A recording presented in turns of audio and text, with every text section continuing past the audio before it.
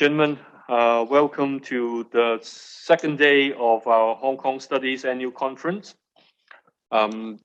This morning, of course, I'm referring to Hong Kong time because we will also have friends joining us via the web-based system.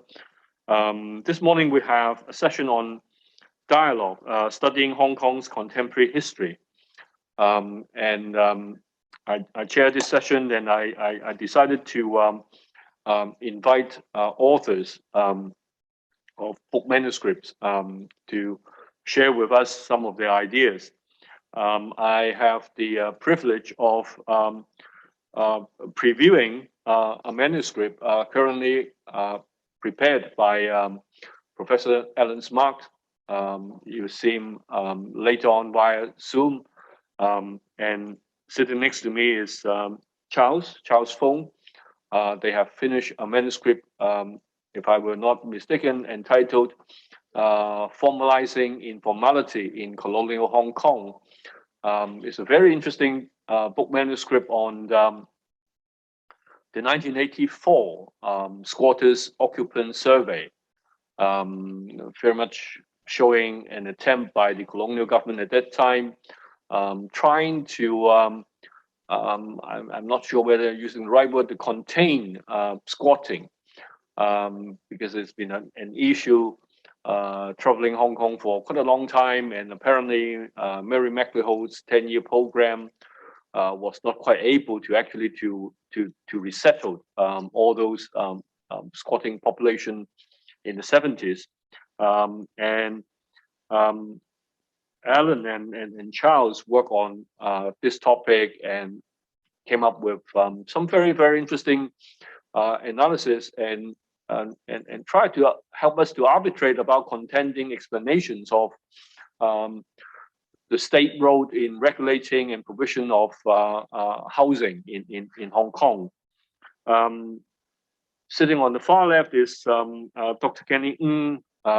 He had a book published already. It's called 昨天今天明天. It's on mainland and Hong Kong film politics, art and tradition. Of course, the contents of these two book manuscripts, I'll leave it to the authors to share with us. But one of the reasons why I put them together is I tend to think that both manuscripts show us very high quality work on contemporary Hong Kong history. I'm not exactly a historian because I only did my undergraduate degree in history, and then I moved on to sociology. Historians probably have a very different view on how to do history, but somehow as a sociologist, as someone doing Hong Kong studies, I do think that to give more attention to the finer details, especially how to contextualize issues and phenomena in the right institutional, macro historical context of Hong Kong would be very, very important. Otherwise, sometimes I do think that we just miss the point in doing sometimes very textual, sometimes very macro analysis of issues. And without further ado, we don't really have a lot of time. We only have about 1.5 hours, but to share among three contributors, so timeline is quite tight. So without further ado, I'll pass it to Alan and Charles. Professor Alan Smart from University of Calgary, and Charles is currently working in Chinese University of Hong Kong. Yep. So I just begin to talk about the background of the project, and then I will hand it back to Alan. We would like to thank HES to invite us to here to talk about the manuscript. So basically, to cut long story short, the project is a combinations of research interests that preoccupy Alan since his doctoral research, and as you know, early outputs are just like a myth published by Hong Kong U Press. The book talk about the rise of squatter housing, its relationship with public housing policy and in post-war Hong Kong. It also talks about how geopolitical factors complicate the process of squatter clearance, leading to the emergence of squatter resettlement program, and why squatter housing persists despite proactive clearance of the colonial government. It's particularly the second main myth talk about squatting and its persistent, but a remaining question is why the colonial government could eventually tackle the problem of squatting in Hong Kong, which as Professor Le Dalong already said, is a problem that troubled the colonial government for a long period of time. So the current projects therefore is a continuation of effort to provide answers to that questions and to draw evidence from archival files and documents. So due to COVID-19 and travel restriction, then that's the beginning of our collaborations, and we begin to exchange ideas. And these are the backdrops. So I would like to hand it back to Ellen to talk about the main issues of the book or the manuscript. So, yep. So this is the backdrop. Yep. Hey, thank you, Charles. Josan, everybody. So let me see if I can get the screen shared properly.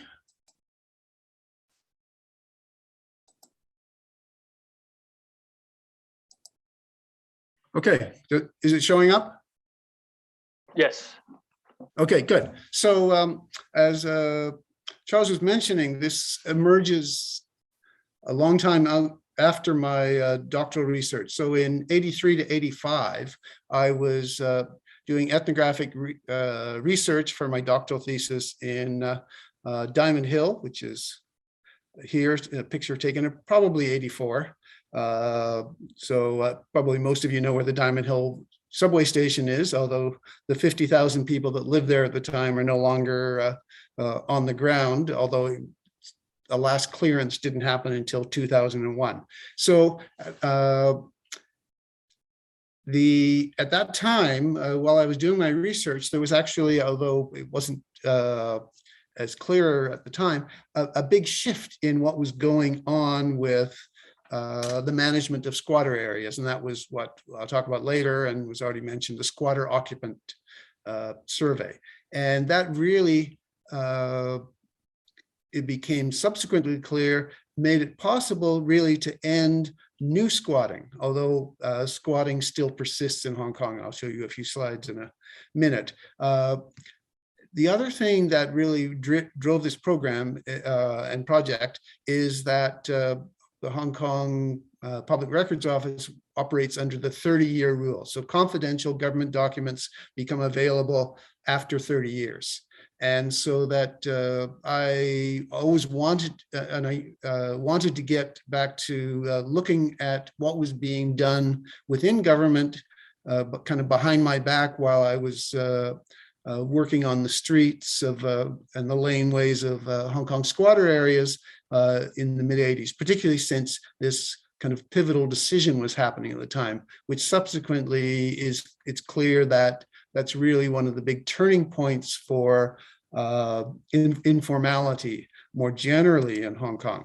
So very briefly, I take informality to mean practices that do not conform to the prevailing rules and regulations, but where the goods, services, or other practices aren't illegal. So housing isn't illegal, but building it without permission is, whereas say heroin or selling human body organs is illegal. So that's illegal as opposed to informal. So our interest in this book is really on informal housing, but unlicensed street hawking, for example, also started to disappear from the streets in Hong Kong about the same time. So some people may say, why is squatting of interest? I think it's pretty clear, and Charles mentioned this previous book of mine, which really argues that squatting and the resettlement of squatters contributed greatly to forming the modern Hong Kong landscape and society. I strongly believe that there's almost no aspect of Hong Kong that can be understood without seeing the impact of the public housing program. And the public housing program really comes out of squatter resettlement in 1954, then about, and then in that book, what I really, one of the key things I found out was, that the question really wasn't why the government wanted to get rid of squatters. The question was, why does the government not clear the squatters, but instead resettle them?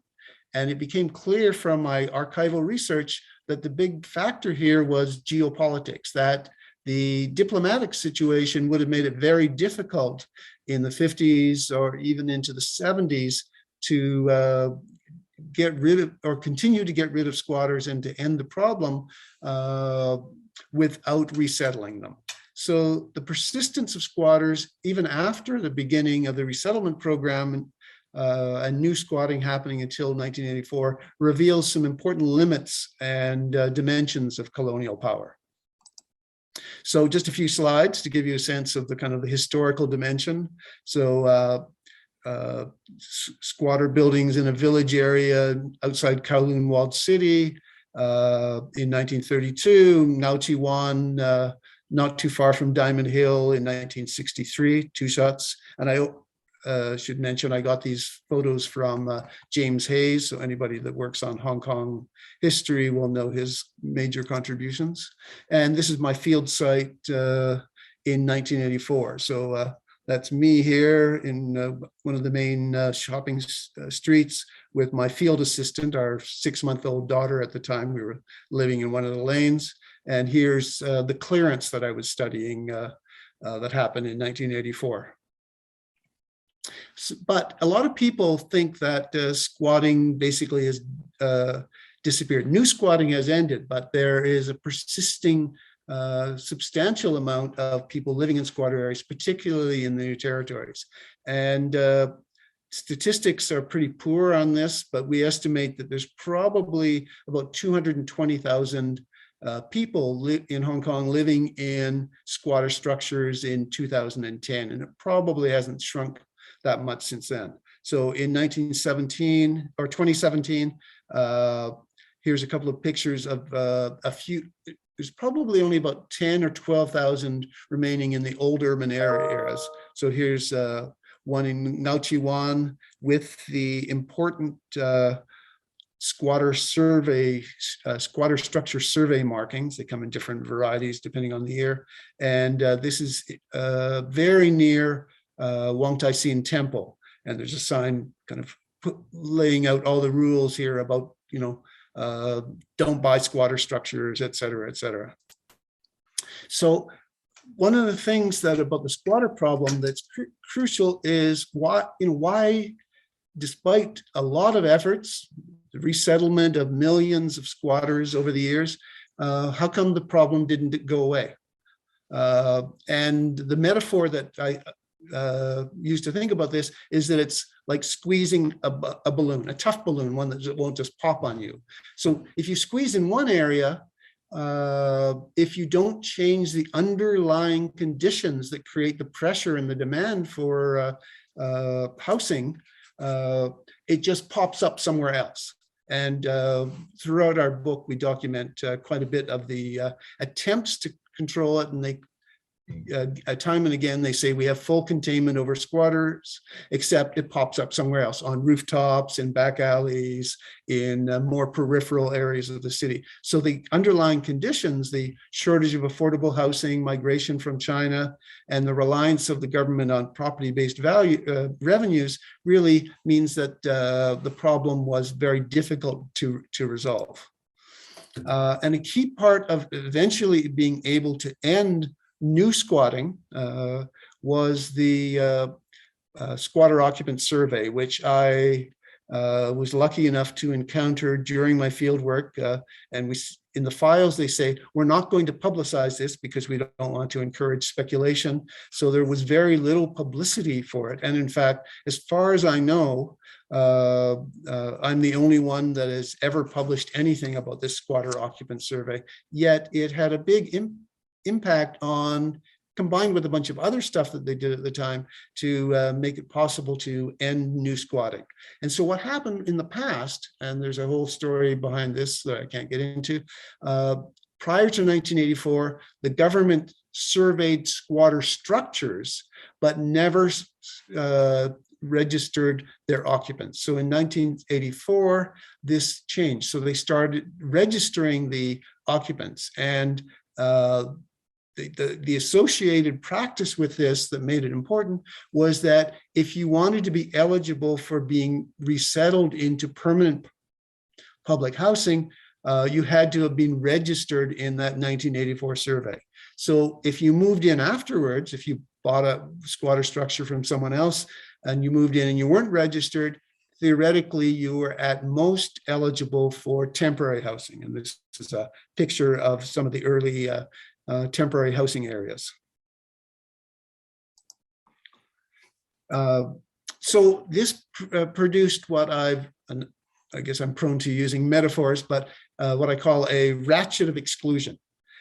So with the SOS in place, the number of squatters who were eligible for permanent public housing could only go down, because if, say, I moved away or I got into the public housing through the waiting list and somebody else moved into my structure, they weren't eligible. So the numbers could only go up maybe if you had bigger families, but by and large, it set a cap on it, and every movement or clearance should mean that the numbers go down. And here's,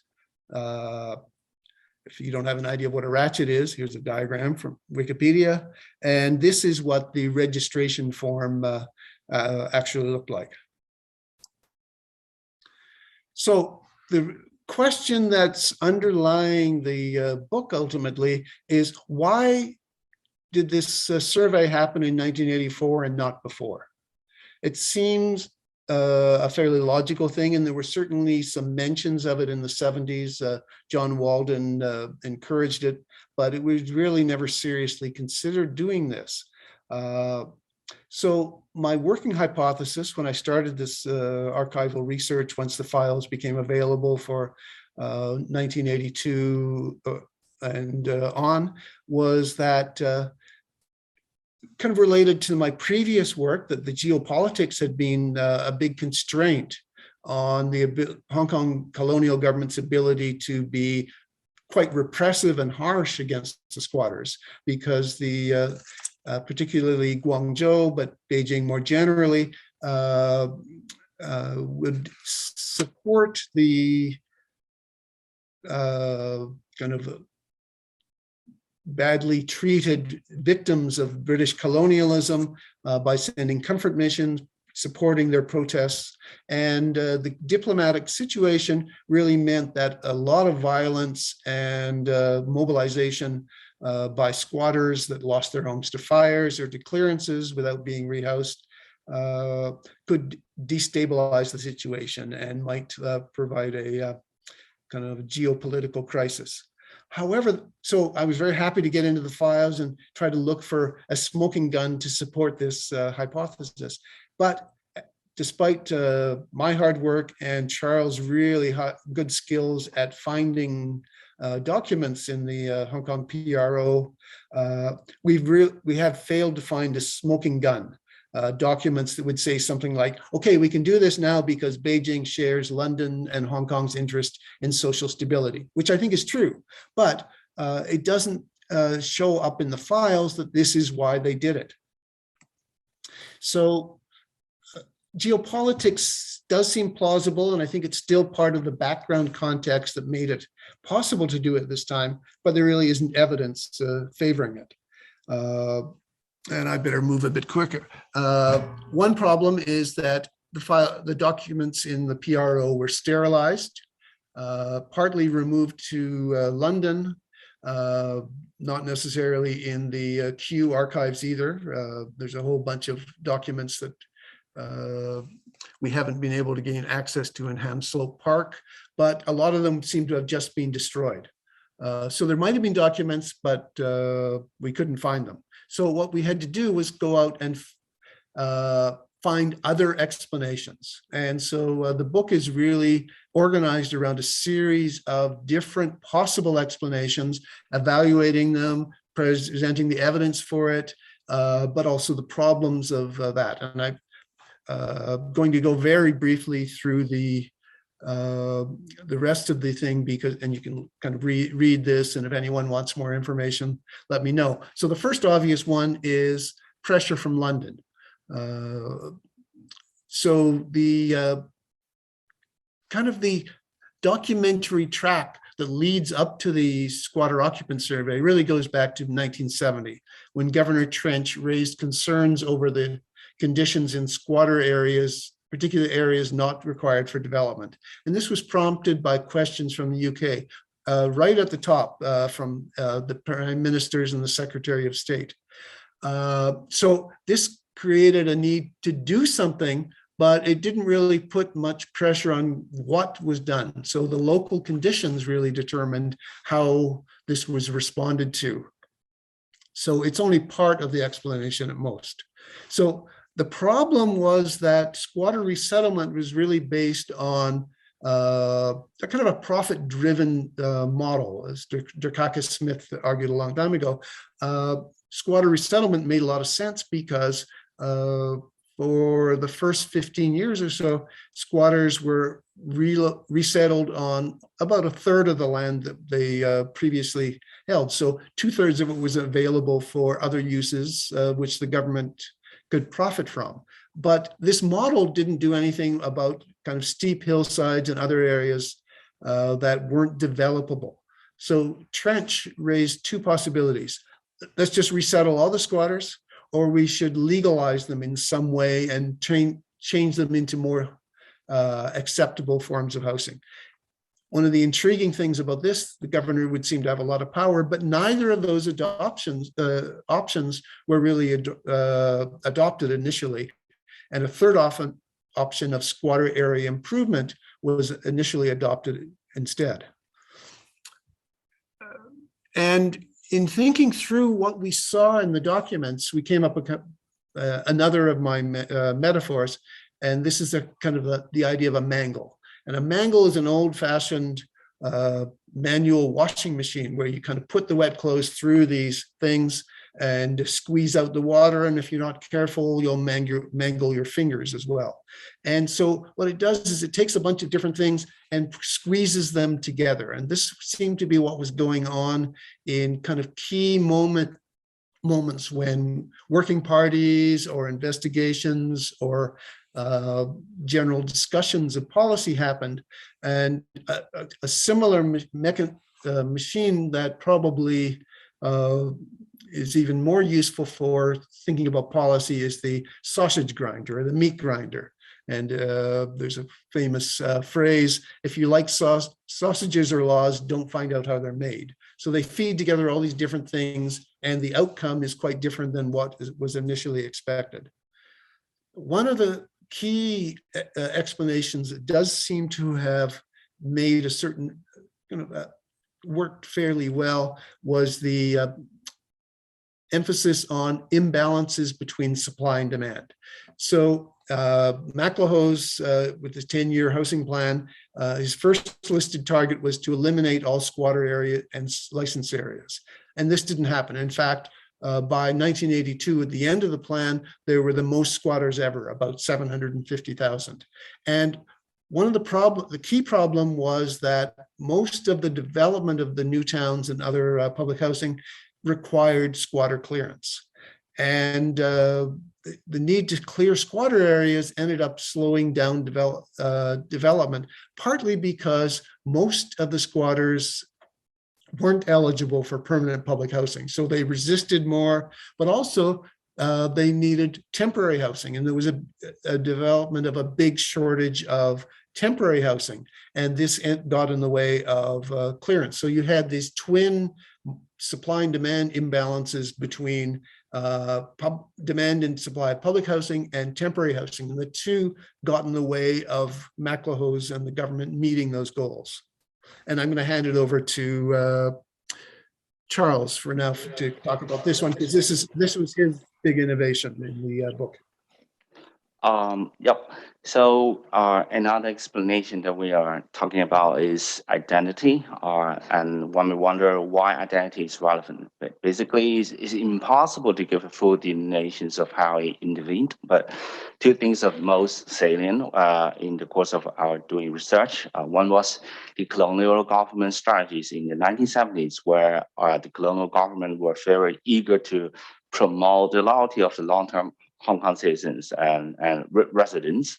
And the formula was to be responsive to popular demands. And one can recall that this is actually what MacLehose was anticipating when he wanted to show up the popular legitimacy about the colonial government, so that it had better positions to negotiate with the Beijing during the early 90s. So another thing was that due to housing shortage, people who wanted housing subsidies but failed came to see the new Chinese migrants as undeserving recipients of housing resources, principally because they are not born local. And this led to a growing sense of unfairness of public housing allocations to squatters who were coincidentally also new migrants. So there was triggering a backlash from the public and the press and demanding the protection from the colonial government.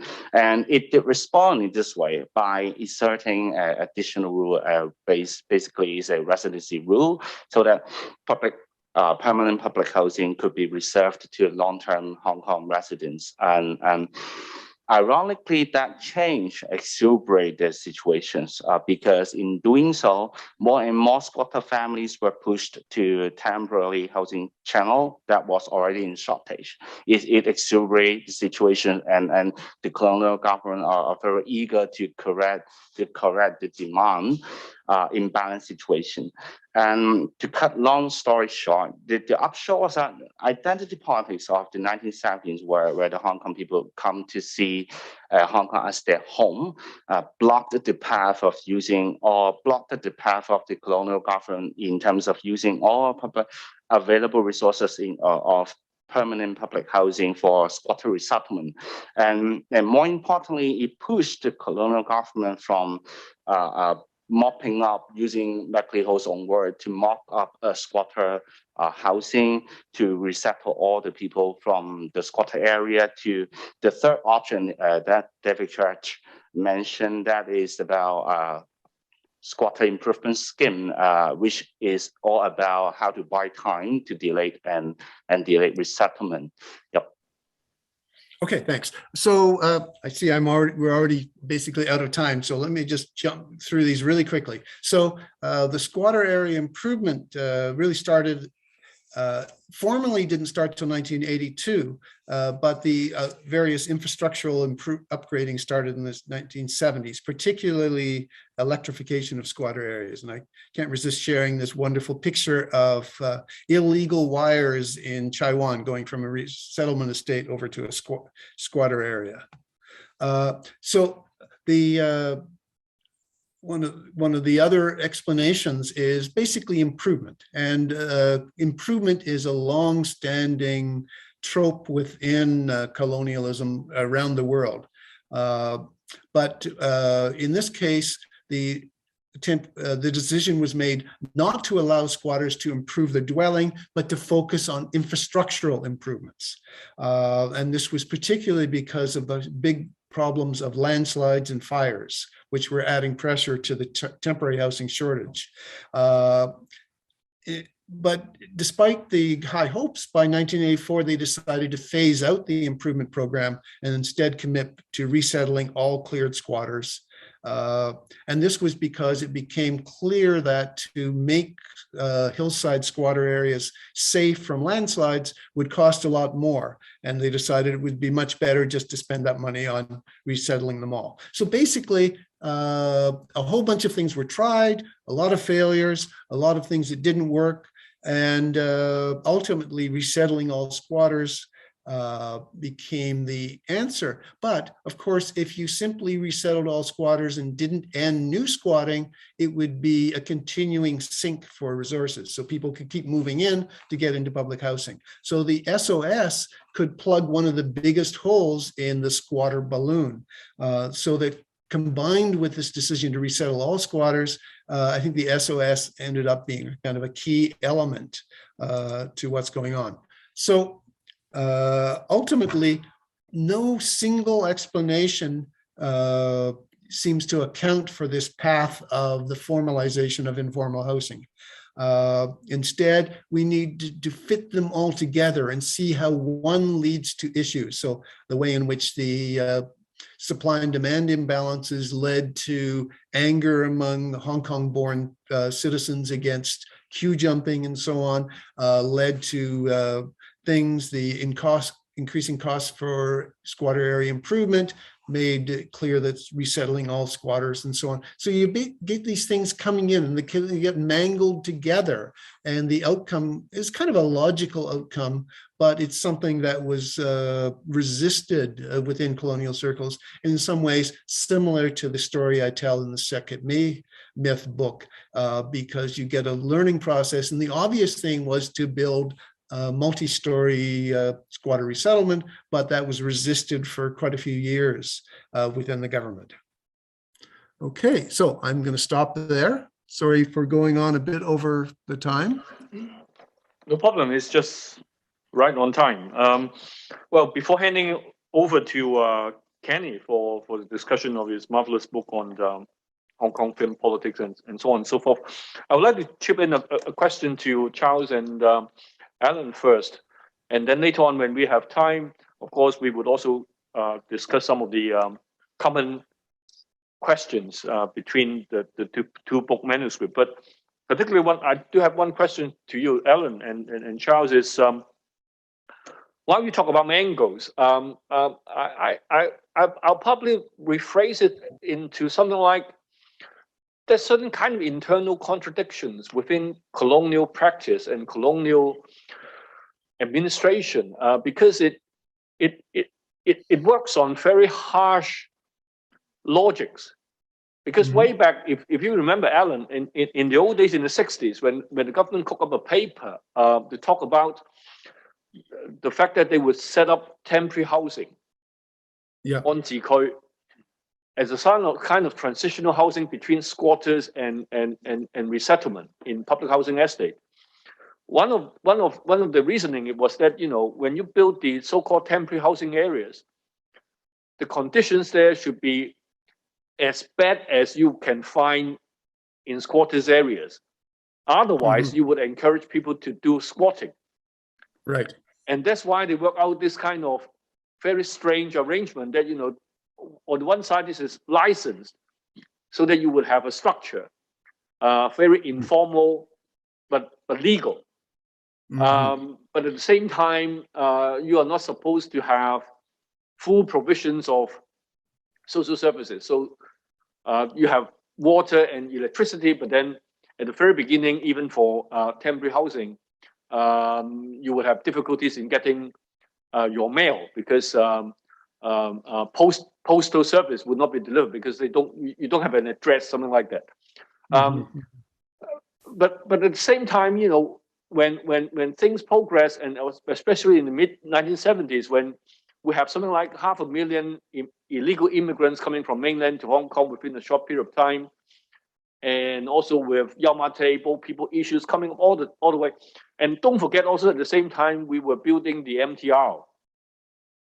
So it created a very funny situation where you have recent arrived illegal migrants living in squatters, but the piece of land was having value because of MTR construction.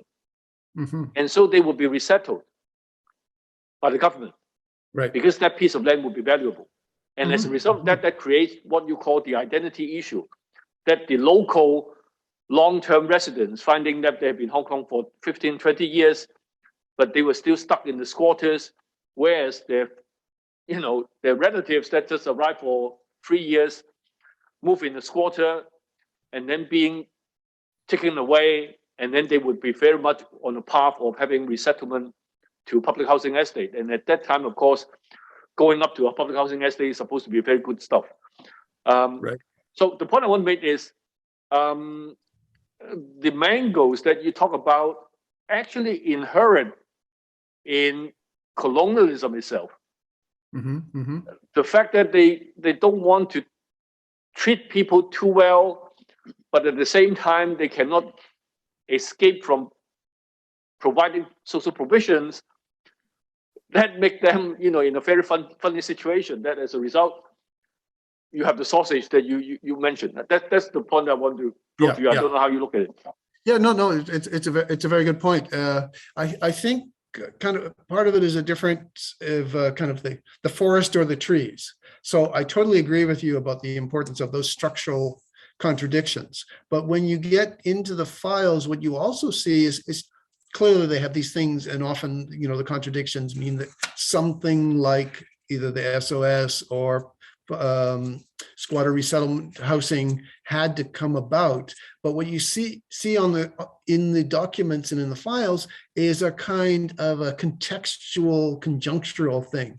So it's because some reporters happen to make a trip to Hong Kong, or MPs, the flying MPs you were talking about in one of your papers, were there, and then the Secretary of State for the colonies has to deal with this and sends repeated messages to Governor Trench, so he has to deal with it, and it happens at that particular time, and other things just happen to be happening at that time, that structure, the way that particular mangle operates. It doesn't solve the structural contradictions, but it does provide kind of explanations of why the specific solutions or procedures were adopted, which then provide some texture and details to subsequent problems that emerge out of the non-resolved structural contradictions. So I think one needs to kind of do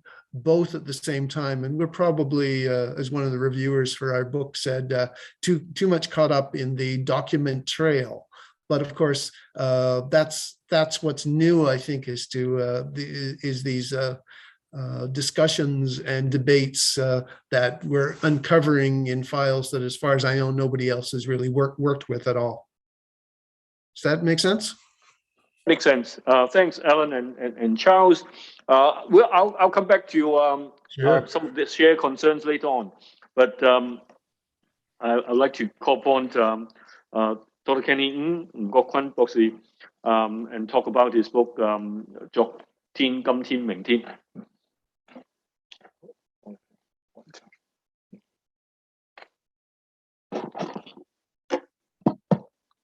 聽到嚇，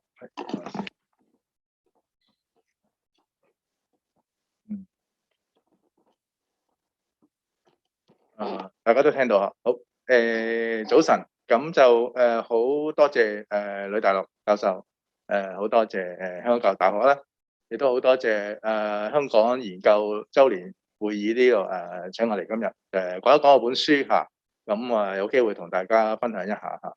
咁我首先睇下我個 PowerPoint 係點樣 upload 翻先，因為而家喺會場嗰度，係 upload 翻係啦。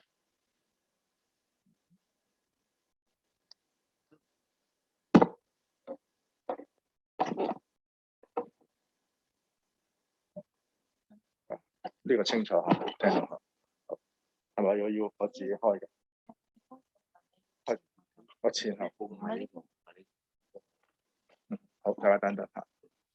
咁一路或者新講嘢先啦。咁呢本書其實係主要有好9個章節啦。其實嗰個章節咧都係涉及香港電影從早期30年代去到70年代嗰個唔同嘅章節啦，咁亦都有一啲涉及同中國大陸嘅政治嚇。咁我本身嘅研究咧就比較我本身係文學同出身嘅嚇。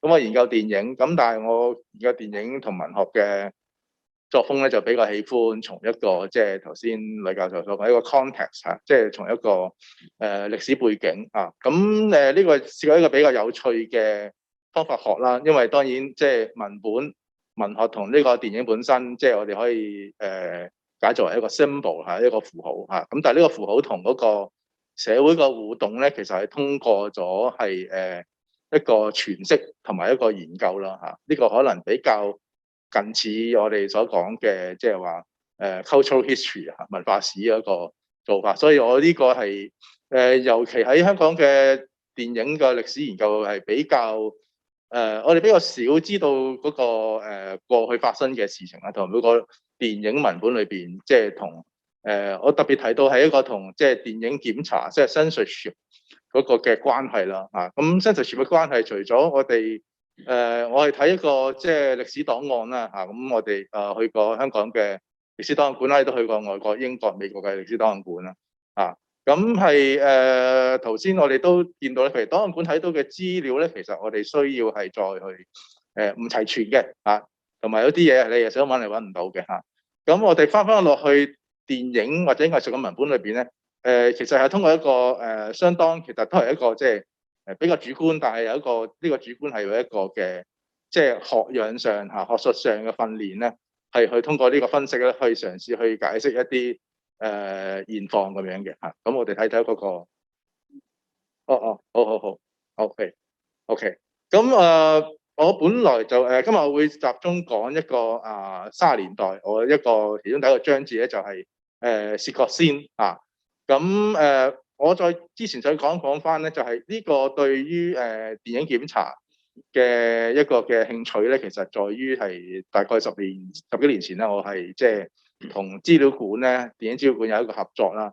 咁就揾到一啲檔案啦，一啲電影公司嘅檔案，係一啲即係電影檢查嘅。咁嗰個係其實係講緊50年代以後嘅一個事情啦，即係50年代香港，即係我哋依家比較好多人都研究嘅冷戰嘅電影啦嚇。咁我哋亦都去咗檔案館去睇一啲資料啦嚇。咁呢個就今日我就唔大概講太多啦。咁其實咧就講翻另一個咧，就係30年代薛覺先嘅白金龍呢個咧係亦都有另一個嘅所謂嘅電影檢查咧，其實我從一啲檔案裏邊係揾到，就係當時講翻係一個比較大嘅歷史，就係話粵語片嘅發生啦嚇。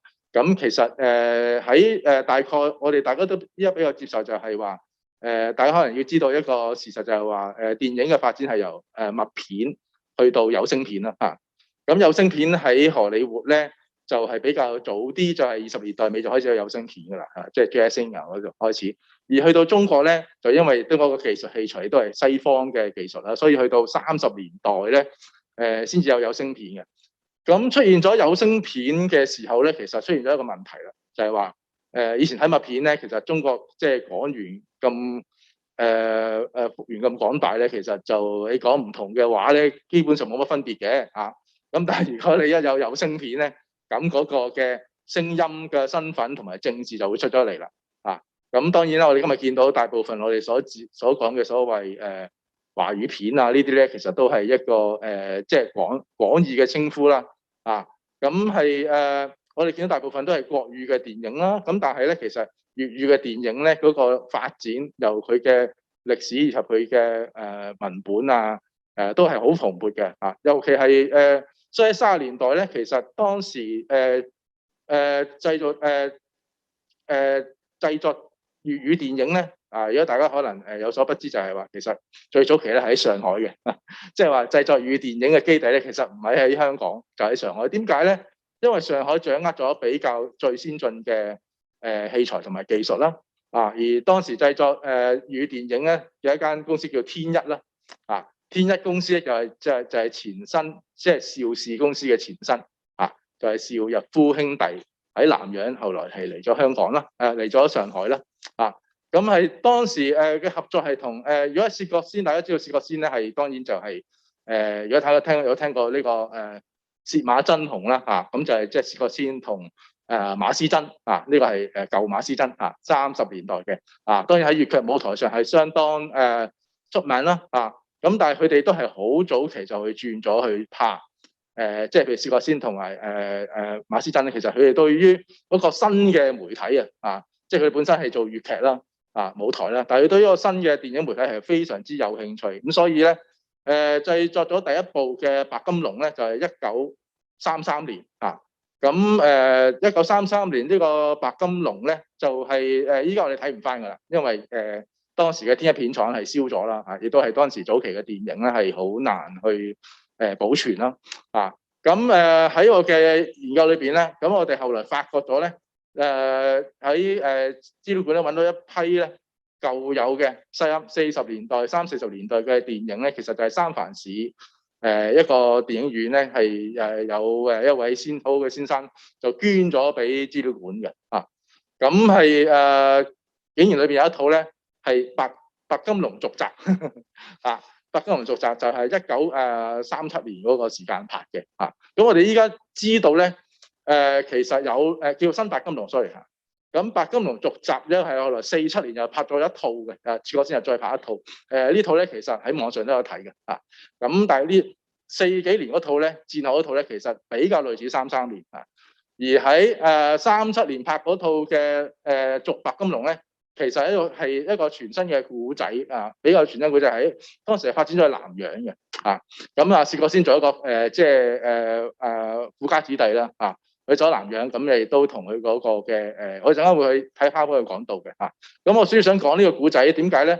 就係話喺30幾年拍嘅時候咧，我揾到一個資料咧，就係當時我哋都知道咧，就南京政府啦喺30幾年嘅時候咧，佢哋就因為啱啱就係叫做鞏固咗一個政權啦，其實佢哋係行咗即係成立咗一啲新嘅電檢嘅條例而呢啲新嘅電檢條例咧，包括咧，當然佢哋對於呢個嘅所謂神怪片或者一啲唔健康嘅片，佢哋當然有禁制啊。另一個佢哋好想禁制就係粵語電影其實當時30年代咧，粵語電影出現咗一個危機，就係話咧，國民政府係即係話禁止佢嘅，唔單止禁止佢嘅放映，係禁止佢拍攝咁當然啦，涉及到一個比較複雜嘅問題，就係 state 嘅問題啦咁大家都知道譬如香港嘅電影，當然同國內有好多嘅交流同埋好多嘅關係啦但係畢竟咧，佢喺法律上咧係都唔係受到南京政府嗰個嘅即係制約啦咁但係咧問題係話好多呢啲粵語片咧，其實係會喺廣東啦或者我哋知道咧喺上海當時有好多嘅粵語廣東人嘅僑胞好多廣東商人嘅，所以當時粵語電影都係受一定嘅歡迎咁我哋講一講就係呢個 OK， 咁我或者因為時間關係，我就跳一跳，唔好意思好我哋嗰個器材比較論盡今日都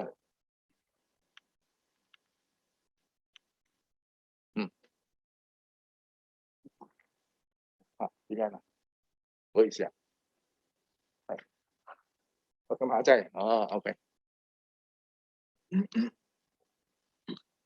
我哋跳一跳啦咁我哋就今日想講嗰個就一個不中不西，非金非古咁呢個係呢個即係佢係都呢個電影亦都受到咗好多嘅媒體嘅攻擊啦。呢個媒體當然係國內嘅媒體，所以我哋今日講嘅所謂嘅禁制咧，其實除咗係一個嘅政府嘅法例上一個嘅明言嘅禁制，亦都係一種文化上嘅即係壓抑我本書其實係討論一啲更多係關於文化上嘅壓抑，其中一個對於粵語電影啦，就係粵語係一種即係其實一個唔係即係當時因為民國統一啦咁佢哋想係行一個現代化嘅運動啦，咁國語咧係即係正統化咗啦，咁所以咧都對好多方言咧其實係比較鄙視嘅咁呢個咧亦都係一種文化嘅制約。好，我哋睇一睇我哋或者跳一跳呢度啦，因為時間嘅關係啦。OK咁呢個係薛覺先1904 1956年。右邊咧就係佢即係當然係比較出名去做呢個粵劇嘅造型啦。左手邊咧就係佢呢個續白金龍續白金龍裏邊嘅一個嘅造型，係一個現代嘅戲劇咁你都有一啲嘅歌唱嘅OK 咁咧呢個講翻33年嘅白金龍咧，白金龍點樣嚟咧？其實係一個香煙嘅牌子嚟嘅，南洋公司嘅白金龍咁呢個咧我係想即係我諗翻轉頭，其實呢個比較有趣咧，就係話粵語電影啦，或者粵語廣東人咧，其實係即係好靈活嘅就算係電影啦，我陣間會諗即係講翻少少同上海電影又點樣比較咧佢嗰個商業化嗰種頭腦係轉得好快咁呢個差唔多咧，將成套戲嘅名就用一個牌子去命名咧，基本上係一個即係一個贊助，係一種係最現代嘅贊助啦，或者你叫做植入廣告啦，我唔知啱唔啱啦呢個就本身係一個商業嘅頭腦一個好靈活去變通啦咁我哋睇到呢個咧就頭先所講啦，亦都粵語電影咧，亦都係一個對於外來文化咧係好包容呢套戲其實改編一套即係荷里活嘅默劇叫《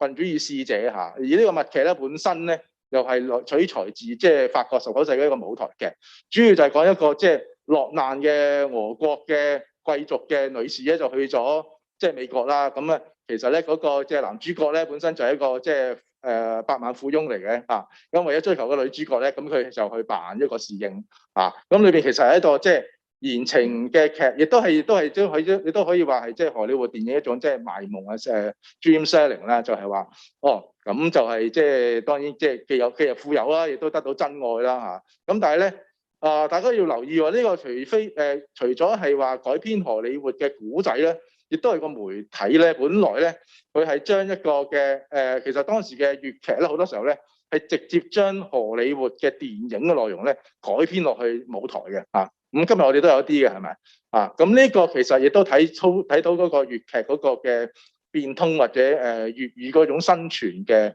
能力啦咁粵劇本身喺上海亦都好受到歡迎嘅當時好，我哋下一個新報呢個睇唔到嘅點解？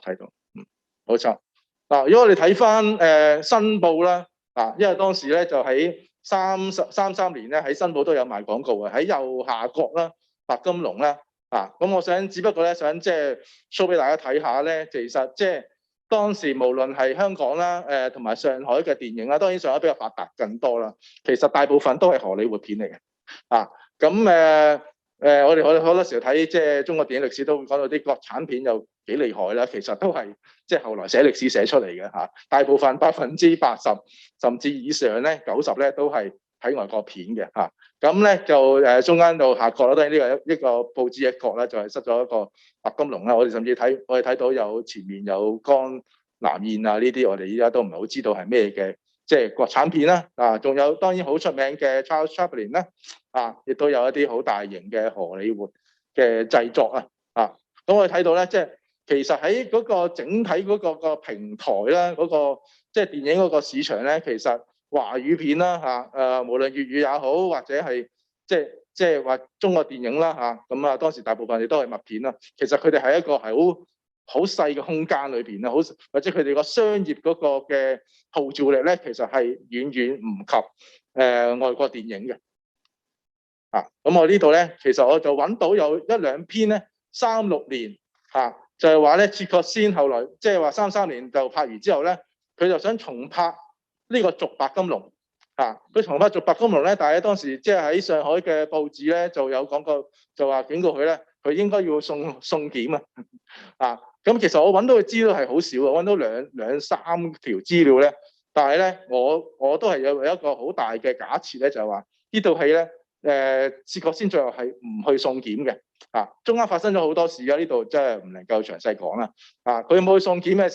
如果佢要送檢咧，就要送去上海如果送去南京政府嗰度如果佢送咧，亦都有可能咧係會唔俾佢拍嘅，因為30幾年嘅時候係嗰個國內行緊一個嘅電檢政策咧，係唔俾唔想預片放嘅咁所以咧佢就索性咧就去咗南洋拍啊。咁佢南洋喺邊度咧？我都未必估到，不過我估大概可能係新加坡啊。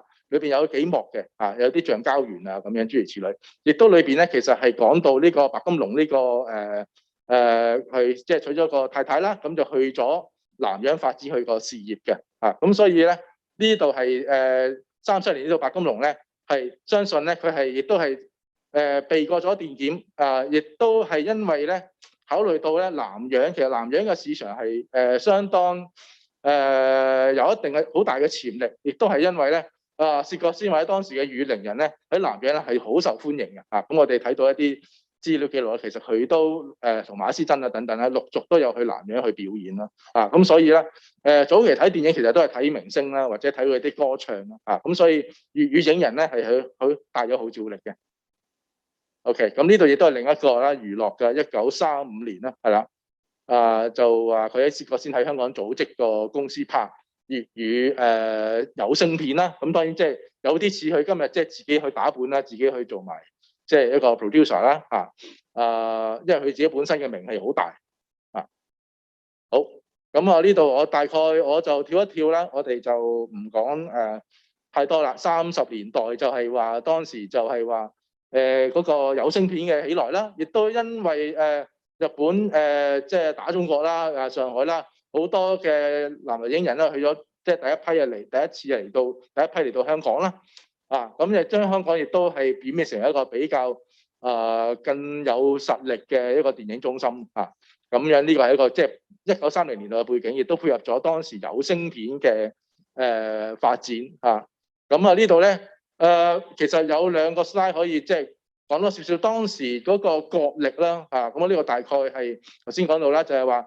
國民政府當時對於一啲即係神怪武俠荒淫迷信，當然喺從佢嘅角度啦，就覺得呢啲咧嘅電影咧係即係唔單止有辱觀瞻，而且係即係對於世道咧係唔係有幾好嘅幫助啦。咁所以咧，佢哋係想勒令去禁止拍呢啲神怪嘅電影呢啲嘅武俠片啦亦都包括咗粵語片啦比較有趣咧就係話。國民政府佢頒咗一個電影檢查委員會頒發咗新嘅命令啦，就禁止拍粵語片咁其實粵語影人咧本身咧亦都有佢嘅本身嘅一個嘅反抗或者有本身嘅對應政策。佢哋其實咧就去組織咗一啲代表團咧，就上咗去南京或者去廣東，就去同佢哋去即係周旋啊。咁咧就一路喺度傾啦，傾下咧又拖下啦，跟住又講咗好多話。其實粵語片咧都對於國家嘅統一對於國家嘅文明都好有幫助嘅咁咧拖下咧就拖到去即係真係抗戰嘅時候咧，呢單事件就不了了之咁所以咧呢個係都係一個即係比較獨特嘅現象啦我哋睇睇後面有啲嘅文件咁咧亦都有一個嘅猜測咧，就係話當時其實。點解要去扼殺粵語電影嗰個嘅發展咧？亦都有一個即係陰謀論咧，就係話其實當時嘅上海幫佢哋唔想見到粵語電影咁發達因為其實呢個係一個商業嘅競爭啦如果大家即係有聽過咧，其實天一公司啦早期天一公司咧，其實喺上海咧成立咗之後咧，不久咧就要離開咗上海嘅就去咗即係搬咗去南洋點解咧？其實天一公司亦都係受到當時嘅即係話。上海嘅6間嘅大嘅電影公司咧，即係進逼即係話差唔多逼佢走或者係用好多嘅即係商業嘅伎倆去打擊佢啦咁所以咧，其實裏邊亦都有一種嘅即係話地方主義喺裏邊所以咧比較複雜嘅情況啦咁係所以當時咧亦都有一個陰謀論，就係話呢個利用咗呢個國語運動咧嘅上海嘅影商咧，就係話利用呢個藉口咧。去即係甚至去同南京政府咧，去即係再即係落井下石啦。佢對呢個粵語嘅電影落井下石咁所以咧，但係問題咧就係香港始終屬於英國殖民地所以喺香港呢個地方亦都管唔到嘅OK，咁呢個就係呢個喺香港嘅一個藝林半月刊裏邊咧，就幾得意喎。佢話粵語聲片果真禁影也有無異於自己摧殘民族工業其實佢係用翻即係國民政府嗰度嘅論述啦，就係話其實粵語電影咧，或者方言電影，正正因為佢係用方言啦，大家即係大家自己人啊，其啦，就聽得明咧，反而咧就有幫助咧，你去宣揚呢個所謂嘅一種嘅即係文化嘅enlightenment啦嚇，或者係對於即係國家嘅意識嘅提高啦，咁所以都係即係不斷喺度同即係呢個嘅政府去周旋嘅嚇。咁呢個咧，我哋睇一睇呢個中間嗰幅咧中間嗰幅咧，其實應該就係佢嘅我唔記得咗呢個係4幾年嗰個定係3幾年嗰個嘅第一套或者第3套嗰個嘅白金龍，你睇到即係左手邊係嘛？薛覺先佢本身就係扮一個即係話好似個化妝舞會，其實佢個即係佢都係扮一個即係扮一個侍者啦，化妝舞會同佢嗰個女主角相識啦，咁裏邊係即係大唱佢啲粵曲嘅咁但係咧唱粵曲得嚟咧，本身粵曲好似係一個比較傳統嘅表演藝術啦，但係佢本身係做到好西化嘅係嘛？咁所以呢個其實同一個嘅即係粵劇或者粵片本身嘅個特色咧好有關係咯咁係當時亦都流行咗一批啦都係到依家都唔係好多人研究到，就係話叫做西裝粵劇即係話喺個舞台上面咧就着晒即係拍咗一啲西方嘅故事啦，西方嘅佈景啦，咁呢個其實30年代嘅粵劇已經係好開放嘅咁我哋今日亦都見到有啲亦都有咁類似嘅趨勢啦OK。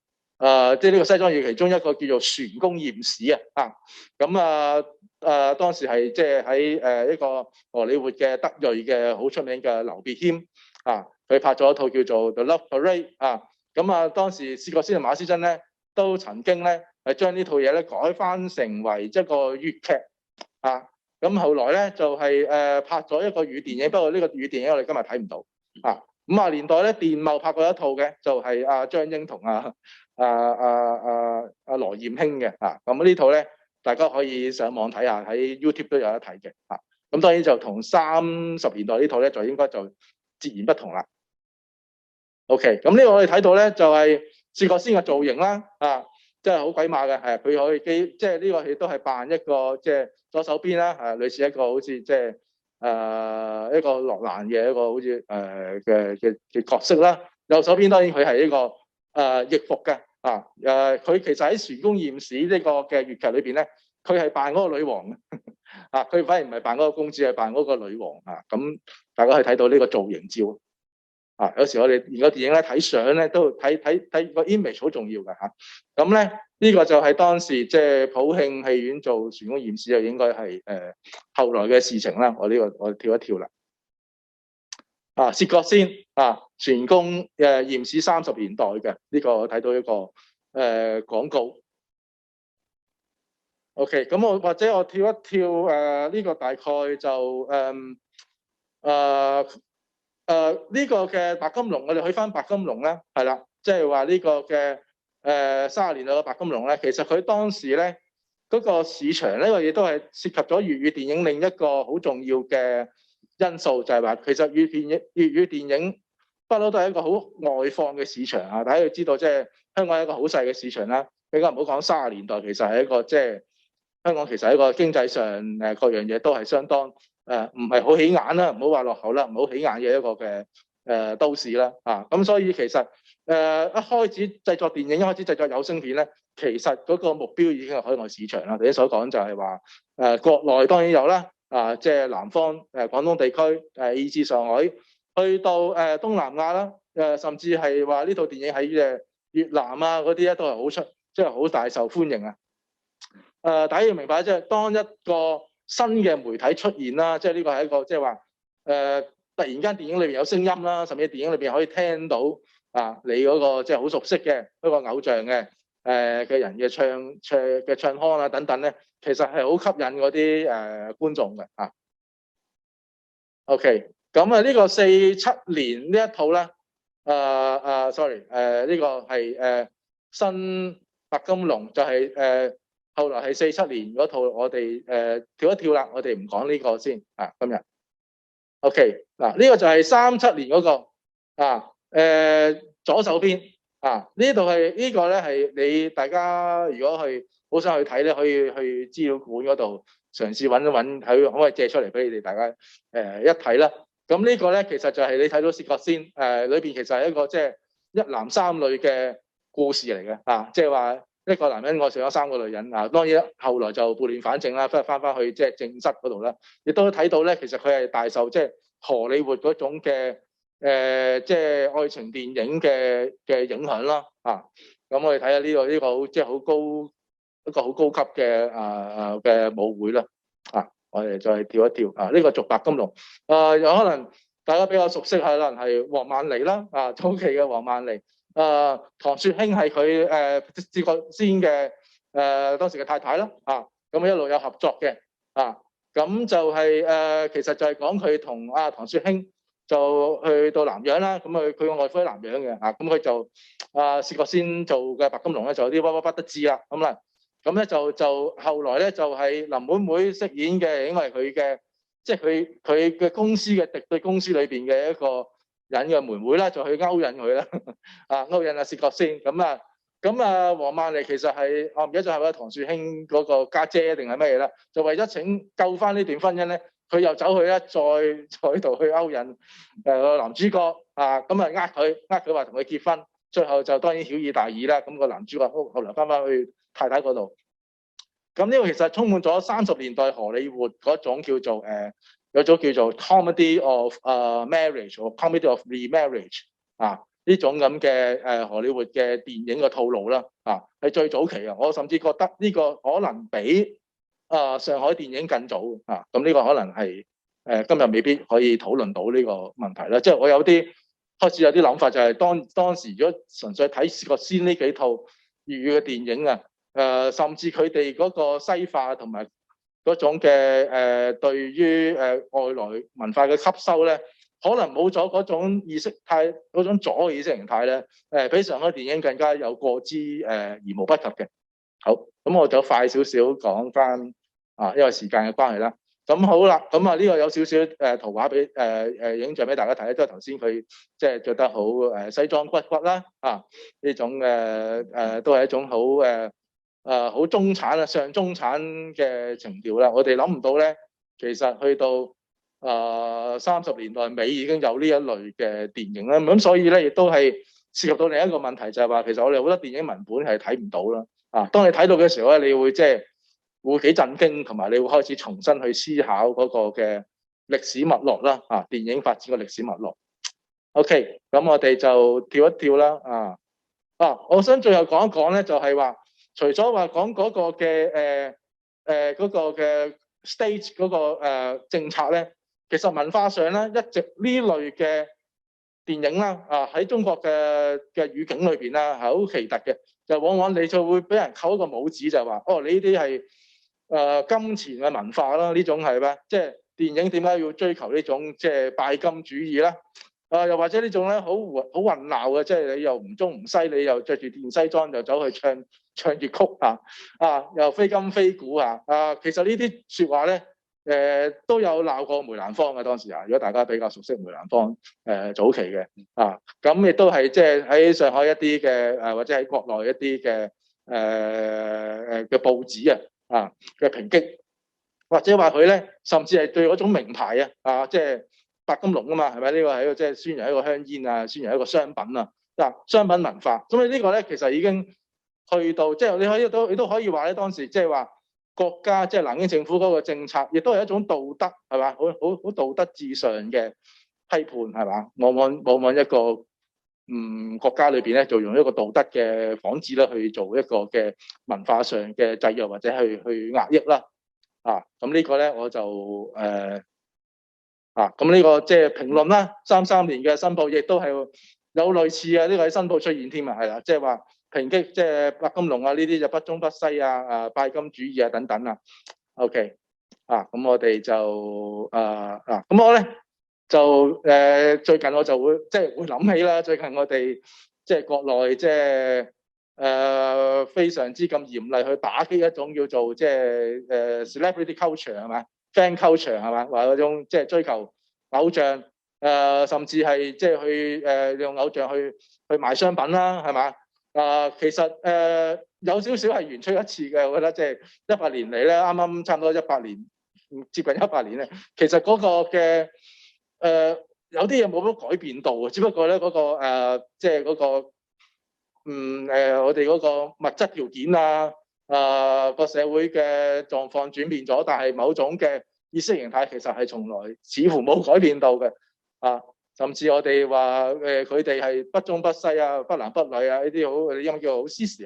呢啲好 sissy 嘅 idol、sissy man 係嘛？其實我哋最早期可以去翻即係話薛覺先啊、梅蘭芳啊佢哋呢種嘅表演咁呢種嘅文化不嬲都會受到好容易會受到一種即係道德嘅抨擊啦咁呢位咧大家都應該好熟悉，就係話即係如果你戴咗一個耳環，戴咗啲咩去買呢種係一種商品主義啦，咁當然即係最早期嘅語電影其實亦都同商品主義係會掛鈎。咁我哋呢個如果大家有興趣可以上去 YouTube 睇翻47年呢個嘅當個女主角就係鄭萬霞啦佢哋唱呢個花園相罵幾有趣㗎。有時我哋睇電影往往咧對呢個聲音咧係會做咗好似一個 archive 嘅即係你其實你睇到嗰啲語言點樣轉變啦如果你睇40年代嘅廣東話係點樣嘅咧或者我哋以前睇即係李小龍嘅電影咧，佢講嘅廣東話有啲唔同係咪？咁所以咧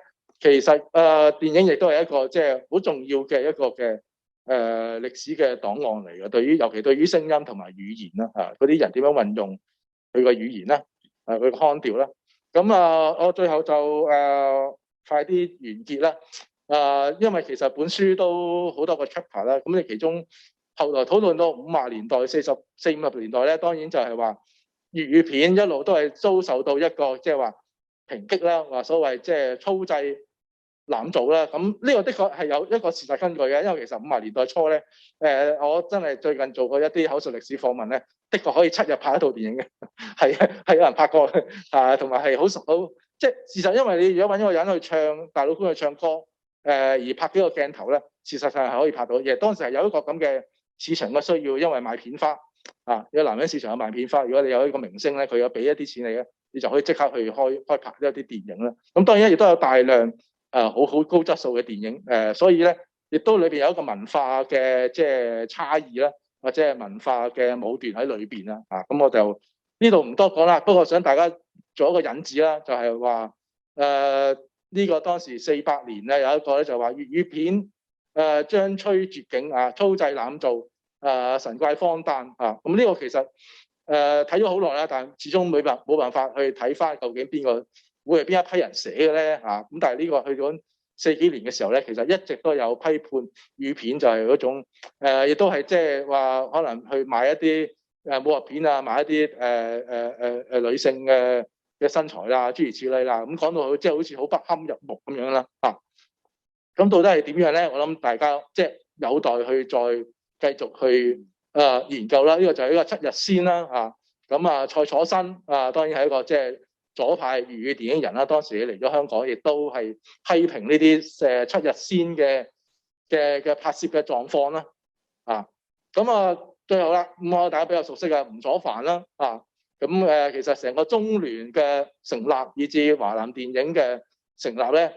亦都係話希望即係話拯救翻粵語片咧，即係於水深火熱之中就話唔可以再拍太濫拍啦，要拍一啲高質素嘅電影咁呢個的確亦都有一個咁嘅事實嘅存在咁所以後來中聯電影拍一啲比較高質素同埋嚴肅亦都係好花錢、好嘥時間去拍嘅電影啦咁呢個呢個講得好，即係今日講唔到噶啦，就係其實當時嘅南北影人咧係好混熟嘅即係吳楚帆佢同佢哋其實好熟嘅，同左派嘅人啦咁呢個當然有好多嘅好值得去研究嘅地方啦咁佢都喺個會裏邊話，即係外省嘅朋友一聽到粵語片就搖頭啦，係嘛？即係就要加咗個即係 exclamation mark 咁呢個就係即係甚至聯繫到即係中國政治嘅糊裏糊塗咧，可能咧粵語片係一個反射嚟嘅，反映嚟嘅好啦，咁我哋去到係啦，咁呢度我唔再講啦，只不過係話我哋之後就會呢樣嘢就一路可以引申到咧，即係左翼電影嘅文化啦。咁當然就今日我哋唔會再討論到嘅。咁或者會後大家有興趣咧，可以再討論。好，咁我就時間都用咗好多去到呢度先，唔該晒。好，唔該晒 Kenny。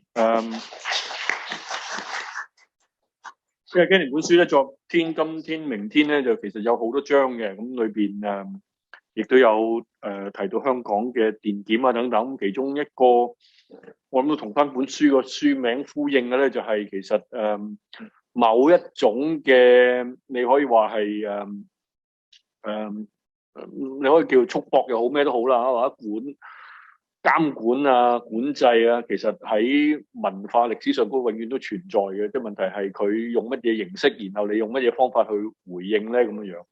咁頭先 Kenny 咧就用咗其中一章，咁嗰章我就會好大力推薦大家去認真細讀嘅，因為好幾年前嘅時候我睇到Kenny 亦都有英文版本我記得呢篇文章嘅時候咧，我哋覺得係好能夠總結到香港社會歷史文化嘅一個精髓所在嘅，即係其實好似頭先話齋，白金龍呢套電影佢本身好商業化嘅，即係香煙公司贊助係嘛，然後幫佢推廣香煙，即係比迪士尼、比 Toy Story、比 Star Wars 係行前咗100年嘅模式。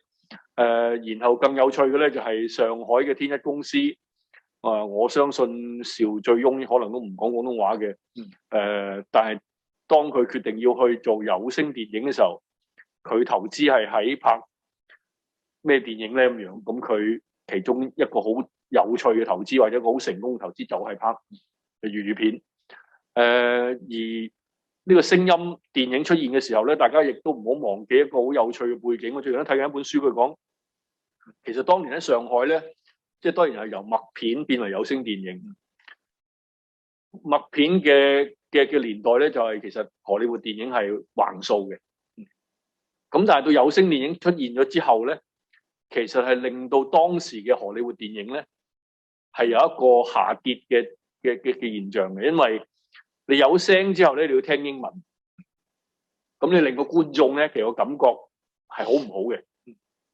咁所以變咗你有翻中國語文嘅電影咧，就對翻當時最初回應嘅時候嘅觀眾咧就好感興趣。咁但係當然啦，你一有聲之後咧，就面對翻頭先 Kenny 所講嘅問題啦，即係究竟你揀國語定係揀方言咧咁樣啊？因為方言咧對某啲人嚟講，佢更熟悉。咁所以有聲電影嘅出現咧，對翻中國嘅本土製作咧，其實提供咗一個新嘅空間。雖然不足以去完全抗衡晒荷里活啦，但係你睇到個新嘅空間出現。而香港儘管係俾國民政府鬧到不得了，俾當時嘅文化人批評不了，但係因為你喺一個殖民地一個咁樣嘅特殊嘅空間咧，你又令到佢可以繼續去拍語片，仲要係俾人批評得最厲害嘅東西，即係怪力亂神啊，即係賣弄色情啊，諸如此類咧，功夫武打啊，武離正經啊啲嘢咧，其實你睇翻之後戰後嘅幾十年咧，係成為咗我哋電影嘅精髓嚟嘅。即係我唔敢話我哋所有電影都係咁嘅，但係即係人哋唔會拍黑社會嘅時候，我哋要拍黑社會；人哋唔拍鬼片，我哋拍鬼片；人哋唔拍唔正經嘢，我哋就專拍黃飛鴻拍幾集諸如此類嘅東西。咁所以其實即係 Kenny 呢本書咧，真係好值得大家去睇嘅。尤其是有好多其他章節咧，即係仲有好多。咁如果你去 YouTube 揾唔到呢個新白金龍嘅話咧，其實我有嗰套 VCD 嘅，所以都幾有趣嘅一套電影嚟嘅。OK， 我哋仲有大概10 more minutes。Maybe Alan, are you still around? Any chance that we can bring Alan back? Otherwise, here we go. Oh, good. Yeah, I'm still here. I was enjoying Kenny's presentation. Yeah.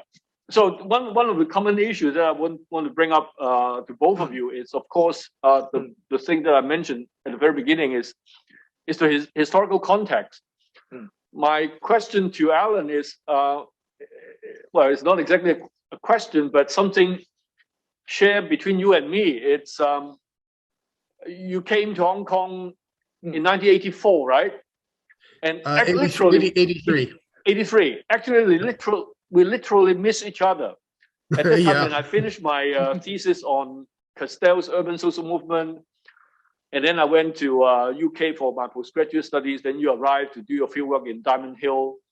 And then, of course, later on, I've been reading your work. And so even though And I was, and I've told you about this before, but I was reading your MPhil thesis in photocopy. It was handed to me by another urban grad student. It apparently was circulating around all the people who were trying to do some new things in urban issues in Hong Kong at that time. So you were a big influence. Well, thanks. But anyway, my question is like, well, both you and me were old enough, are old enough to enjoy that 30 years rule, right?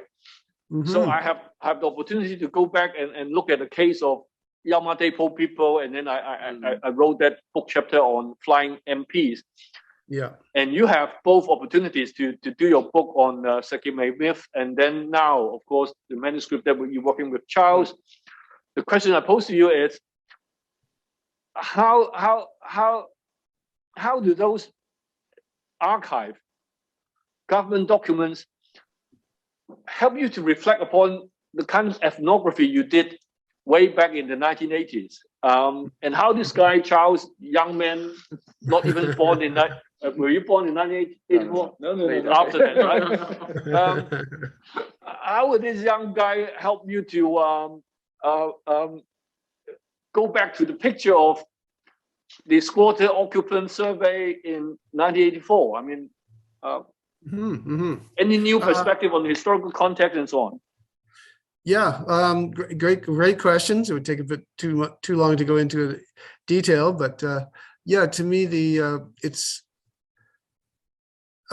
You mentioned you're not a historian. I'm not a historian either, and I think I annoy some of the real historians by getting too much into theory and things like that. But I think that I come to the archival documents with an ethnographic imagination or mentality that I think I see different things in them because I was doing field work in the squatter areas at the time, and occasionally you read things from the colonial officials that do reflect what I was seeing on the ground, but so much of it is kind of through this strange, twisted looking glass. For example, the whole emphasis on migrants. Every survey showed that at least until the early 80s, recent migrants were always a minority in squatter areas, but they're migrants and squatters are kind of presented as being the same thing. So, and then of course, the kind of emphasis on squalid squatter areas and things like that, and yes, but also knowing that people said, well, we'd like to stay living here if the government didn't make it so miserable or impossible. So that there's a lot of kind of play back and forth between what I did in my doctoral work and what I found and how I make sense of the archives. So I think if I just was a historian and had never spent any time on the ground in Hong Kong, I think I would have probably read the files in maybe a more traditional historical way, seeing it really in terms of the standard interpretations of what's going on between Hong Kong officials and London officials, and the people being kind of a bit more removed. Now, in terms of Charles, it was great. Part of it is kind of pragmatic that I couldn't get back. I realized when I started writing the book, this was a great time during the pandemic to actually concentrate on writing a book. But the problem was that I would, as soon as you think you've copied all the things you need, and then you realize, whoops, I need something on this.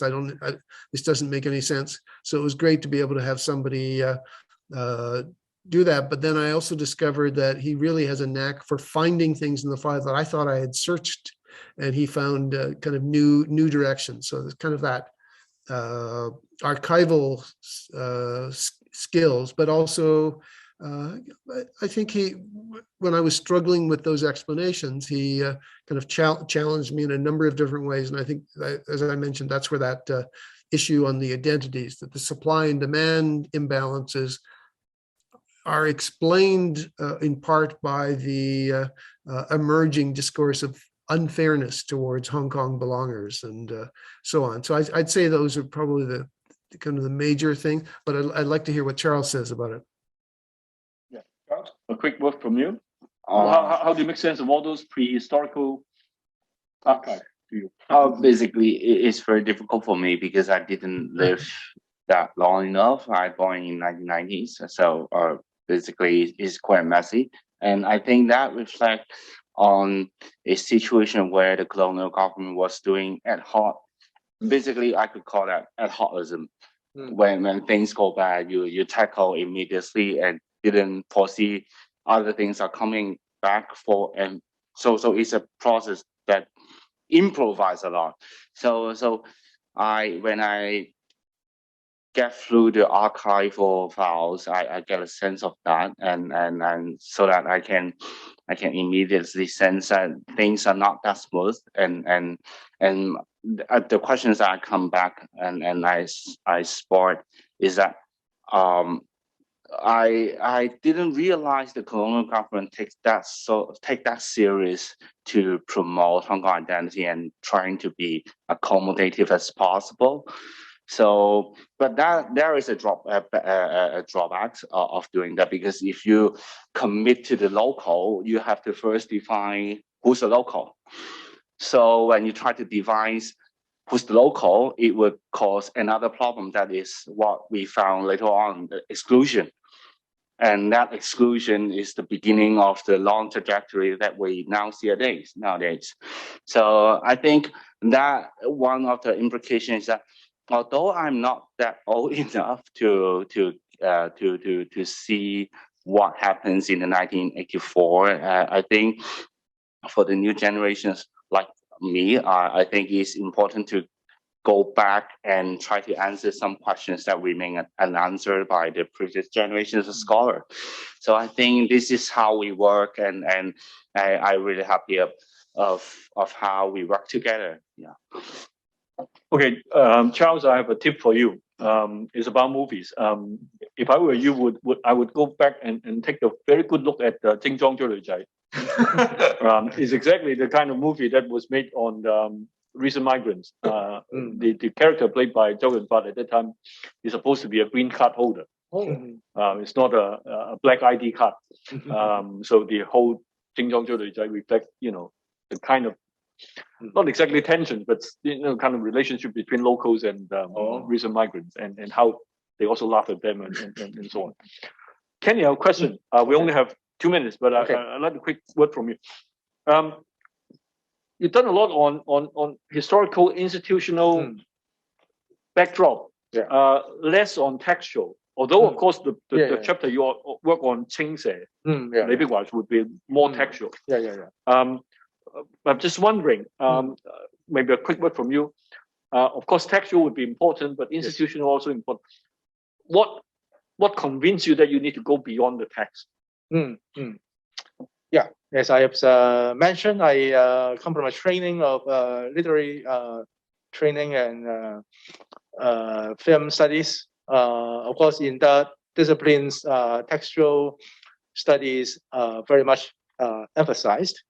I think part of the reason comes from kind of dissatisfaction. Okay, so the textual analysis offers, when it mixed with other interpretive schemes or cultural theories or textual theories. Of course, I also come from a training about I always want to emphasize the historicity of text. So it's also another kind of textual studies. What is the or in neo-Marxist calling, it is what they call the historical unconscious. Okay, so The unconscious particularly is apt to explain about a censorship and the response, because censorship policies, or when they are implemented either openly or subtly, is often can be detected within the text. Okay, and you need to dig up the archives and dig up the cases, and then when you go back to the text, actually it enriches your interpretation. Okay, so of course I think one of the maybe the drawbacks is I don't have enough space to give too much analysis. And one significant example I always like to quote is I think it's my own contribution of findings about Hong Kong film history is the case of On the Waterfront that I mentioned in one of the chapters in 1950s, that I find from the government archive that the film actually was suspended or banned, even a Hollywood film for a few years that was produced by Columbia Pictures. For me at the time, it's very surprised. Well, how could a Hollywood picture actually be censored by the British government? Okay, so I go on and check the other newspapers, and if I have more time, I have another paper to produce, I can work on the text itself on the waterfront, because it touched upon the labor problem, and the colonial officials are very nervous about this will incite social unrest, particularly in the early 1950s. That was a very risky and dangerous period, if you know, right? So yeah, that's basically why I try to be textualized and as well as contextualized in my studies. Yeah. Yeah, thanks very much, and thanks again, Alan. You are in the late evening, right? Yeah, it's getting on. It's only 8:15, but oh, that's okay. Yeah. Okay, So anyway, thanks so much for joining us. Thank you. Thank you for inviting me. And yes, great. Sure. Thank you. And thanks, Kenny, and thanks, Charles. I think we have a nice session on contemporary Hong Kong history. Hi. Hi. Good to see you. Yeah, thanks. We'll come back at 11:30 for the next session. Thank you. Okay.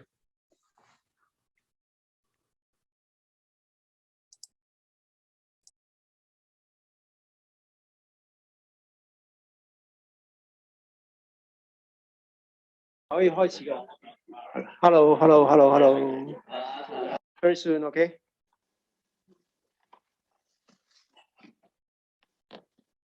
You ready? 我就開始係。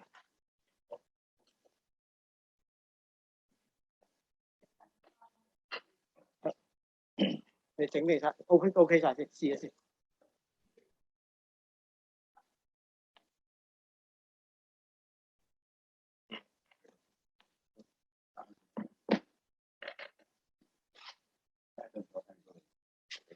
得 OK 陣間我俾手勢你就開 pelvic 嗰個勢。Okay, we start. Okay. Good morning, everyone. Welcome back.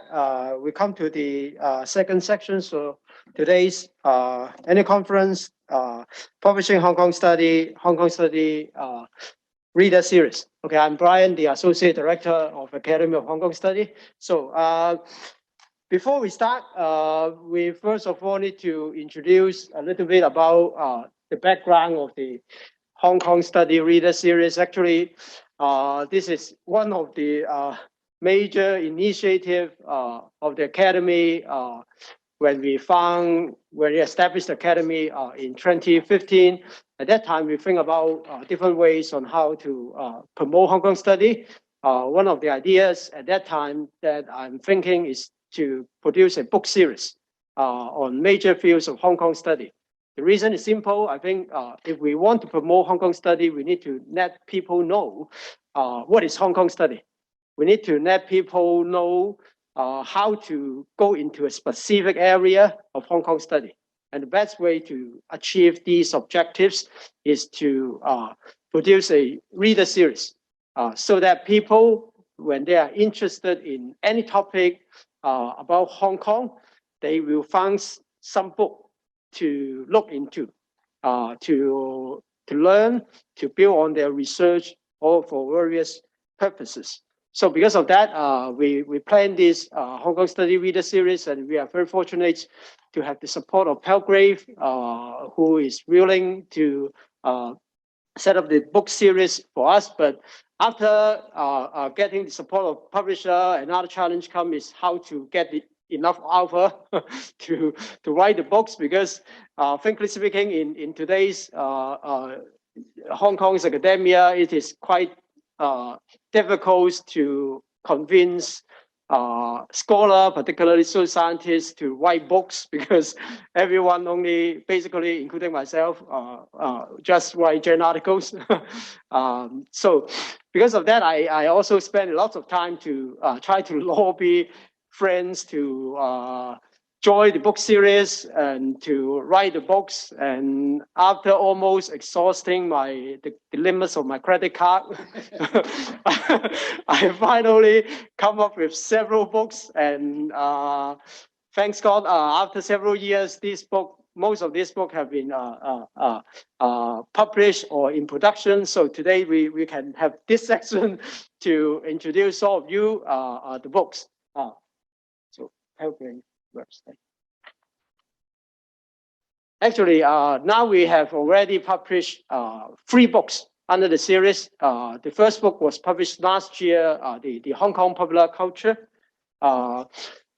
which is written by Dr. Kevia Wong. And a few months ago, I myself also published a book about Hong Kong public budgeting. And now we have another book which has just been published in Hong Kong history. And a few more books, Hong Kong Society and Hong Kong Media, are in production, probably will be published next year. So that's a very long introduction. So now I pass the time to Dr. Kong Chi Man and Professor Timothy Wong. They are both the top class Hong Kong historians. We are very fortunate to have them to help edit and alpha a very important book, Hong Kong History. So I pass the time to Chi-Man and Timothy for them to introduce to us their book. Okay, thank you. Thank you, Brian. I would like to take this opportunity to thank the great minds behind the book series, namely Brian, Professor Lui, and Professor Chiu. With your very helpful framework, the 2 editors could start to lobby our colleagues and friends to contribute some of their works, so that we can put together and show users about, some latest research about the history of Hong Kong. I would like to, first of all, to begin to register my confession here. When you have a chance to take a look into the book, I am guilty. I am guilty in the way that I have taken up the longest length of all contributors in terms of the number of pages. And naturally, because of its length, I'm sorry that my article or my chapter is the most boring one. And I want to register my bias is that I think it may have a note of interest for historians or some social scientists when coming to topic selections. I started my university education in the 80s and my graduate studies in the 90s. At that time, when I was a student, I approached Hong Kong history mostly from an administrative history perspectives. I vividly remember many occasions when I have conversations with fellow students in grad school. We always, think, wow, we have to do administrative history because this is the basis and it offers the framework. So for this reason, I've been for a long time, doing things about, administrative history. And I still remember the first Hong Kong history textbook that I purchased as a student was G.B. Endecott's A History of Hong Kong, which is actually a very administrative history, focusing basically mostly on the 19th century Hong Kong. So I think my upbringing or my education reflects my bias. And I'm still of the view that perhaps the administration or the politics as a result of the administration of Hong Kong as a colony would be a very important framework, because with that framework, things happens in the way that, it happened, so it was so important as a kind of defining framework.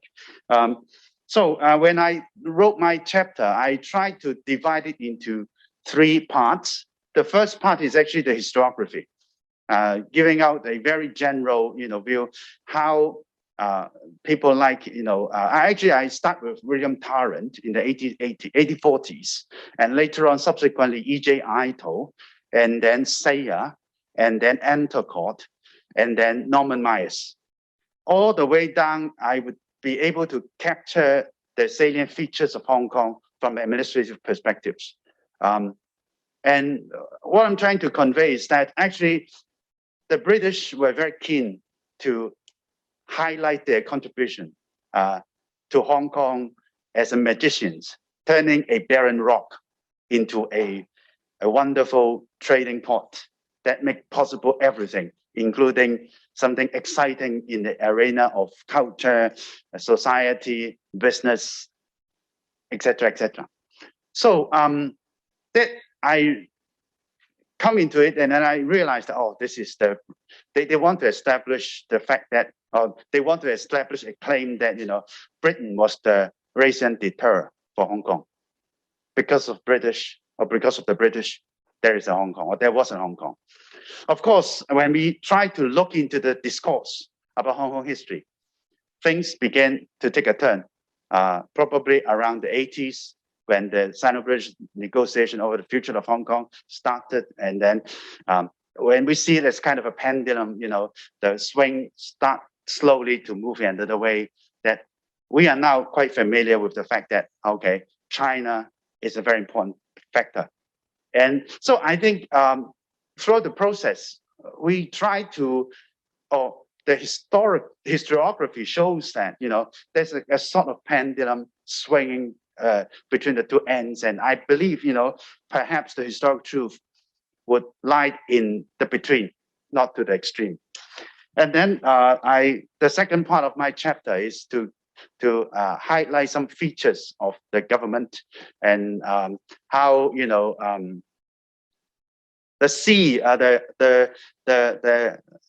the huge amount, the volume of historical archives would be a sufficient, deterrent for people not to engage in Hong Kong history. So I highlight, for example, Lau Yunwo, how he has an archivist at the PRO turned out to write an exemplary work on the municipal services, namely talking about the urban council and the regional council.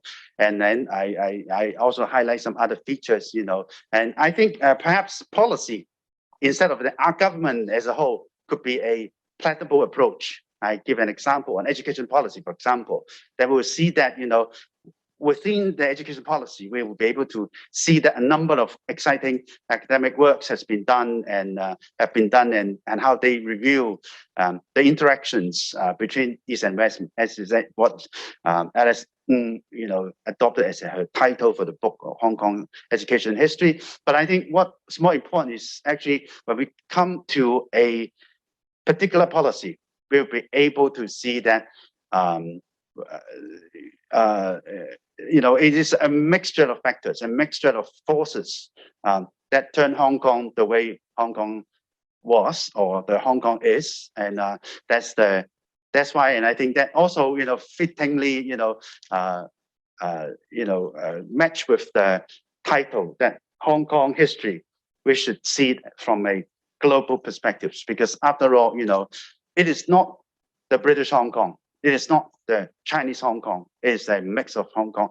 And that sort of paradigm, or that sort of, methods has been, introduced up to, or the earliest one probably would be Lo Hyang Lim, starting from the 1960s when he wrote a book on Hong Kong and Western and East-West, cultures. And subsequently, and you would see that a lot of people like Hugh Baker said about in the China Quarterly 1983 chapter, very substantially, outline the features of Hong Kong men, and later on, scholars like John Carroll and Elizabeth Sin. For example, Elizabeth Sin talked about in between places, and in year 2000, Philip Huang talks about biculturality, being bicultural, as a very important hallmark for modern Chinese history.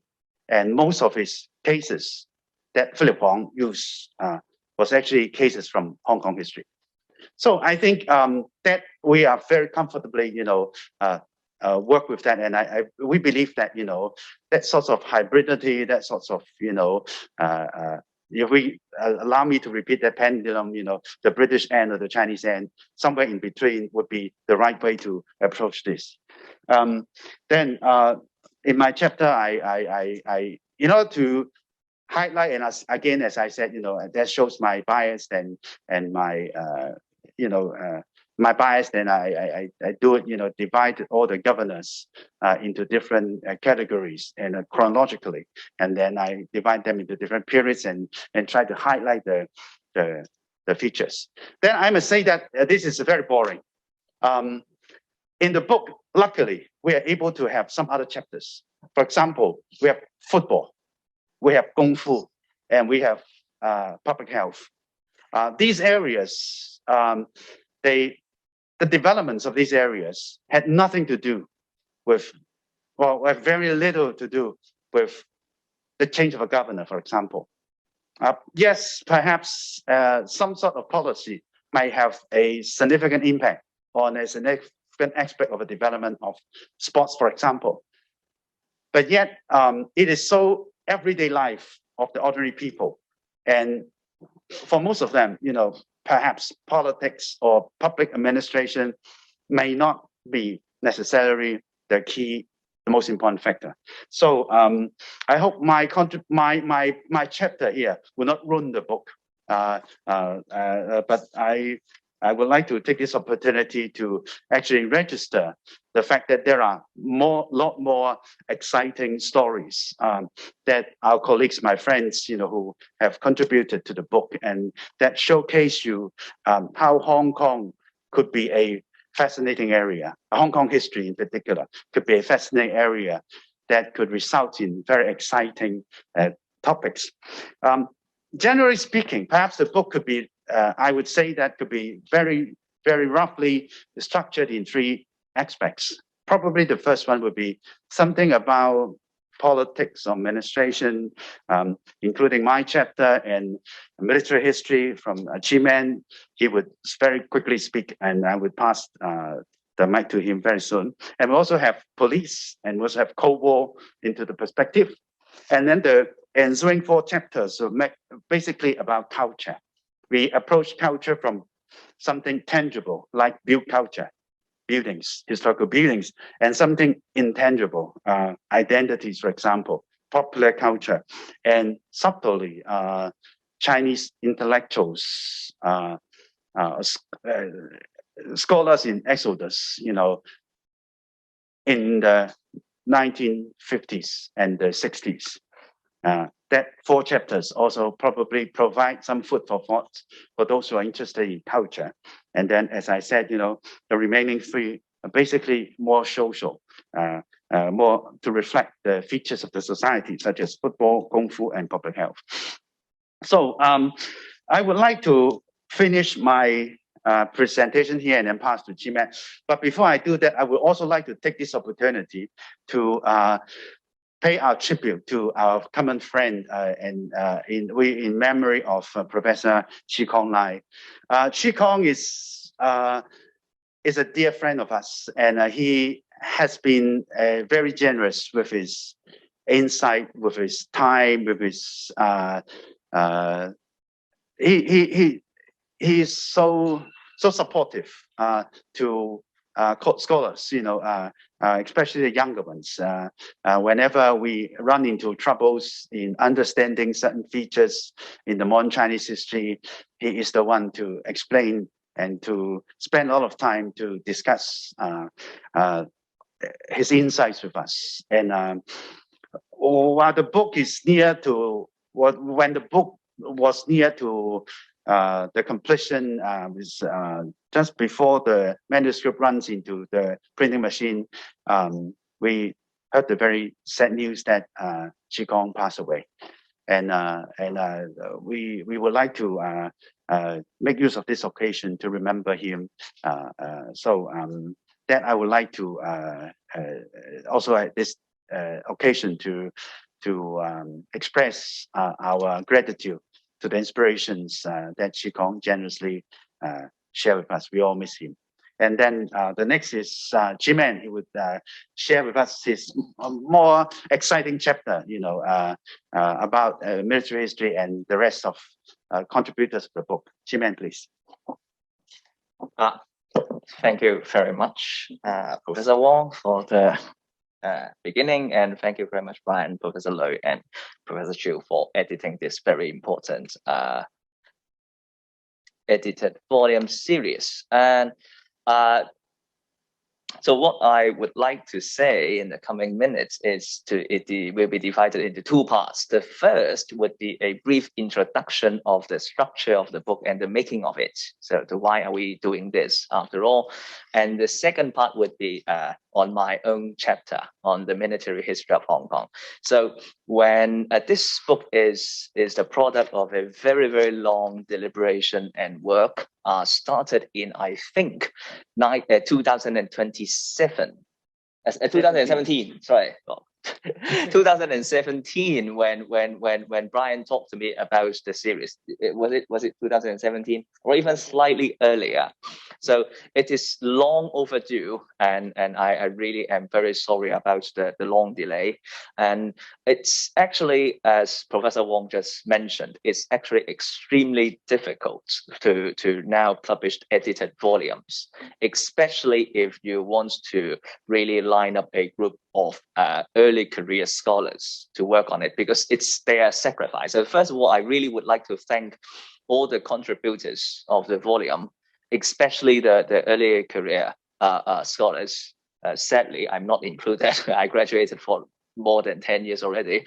So they really sacrificed their time and research output to make this work, because nowadays the academia is, especially some of the institutions, are not very forgiving in terms of accepting book chapters as research outputs. So sadly, that's why sadly we have a number of withdrawals from the volume as well, because some of the contributors found journal articles journals accepting their work. So that happened as well. So all in all, we now have 11 chapters. Yeah, 11 chapters from 11 contributors, ranging, as Professor Wong just mentioned. And all these chapters shares the same structure originally. When we try to talk to our friends and contributors, we asked if they can write something like a enlarged literature review on the specific topic they worked on. So it's more like, that's why it's part of a reader series rather than original research articles.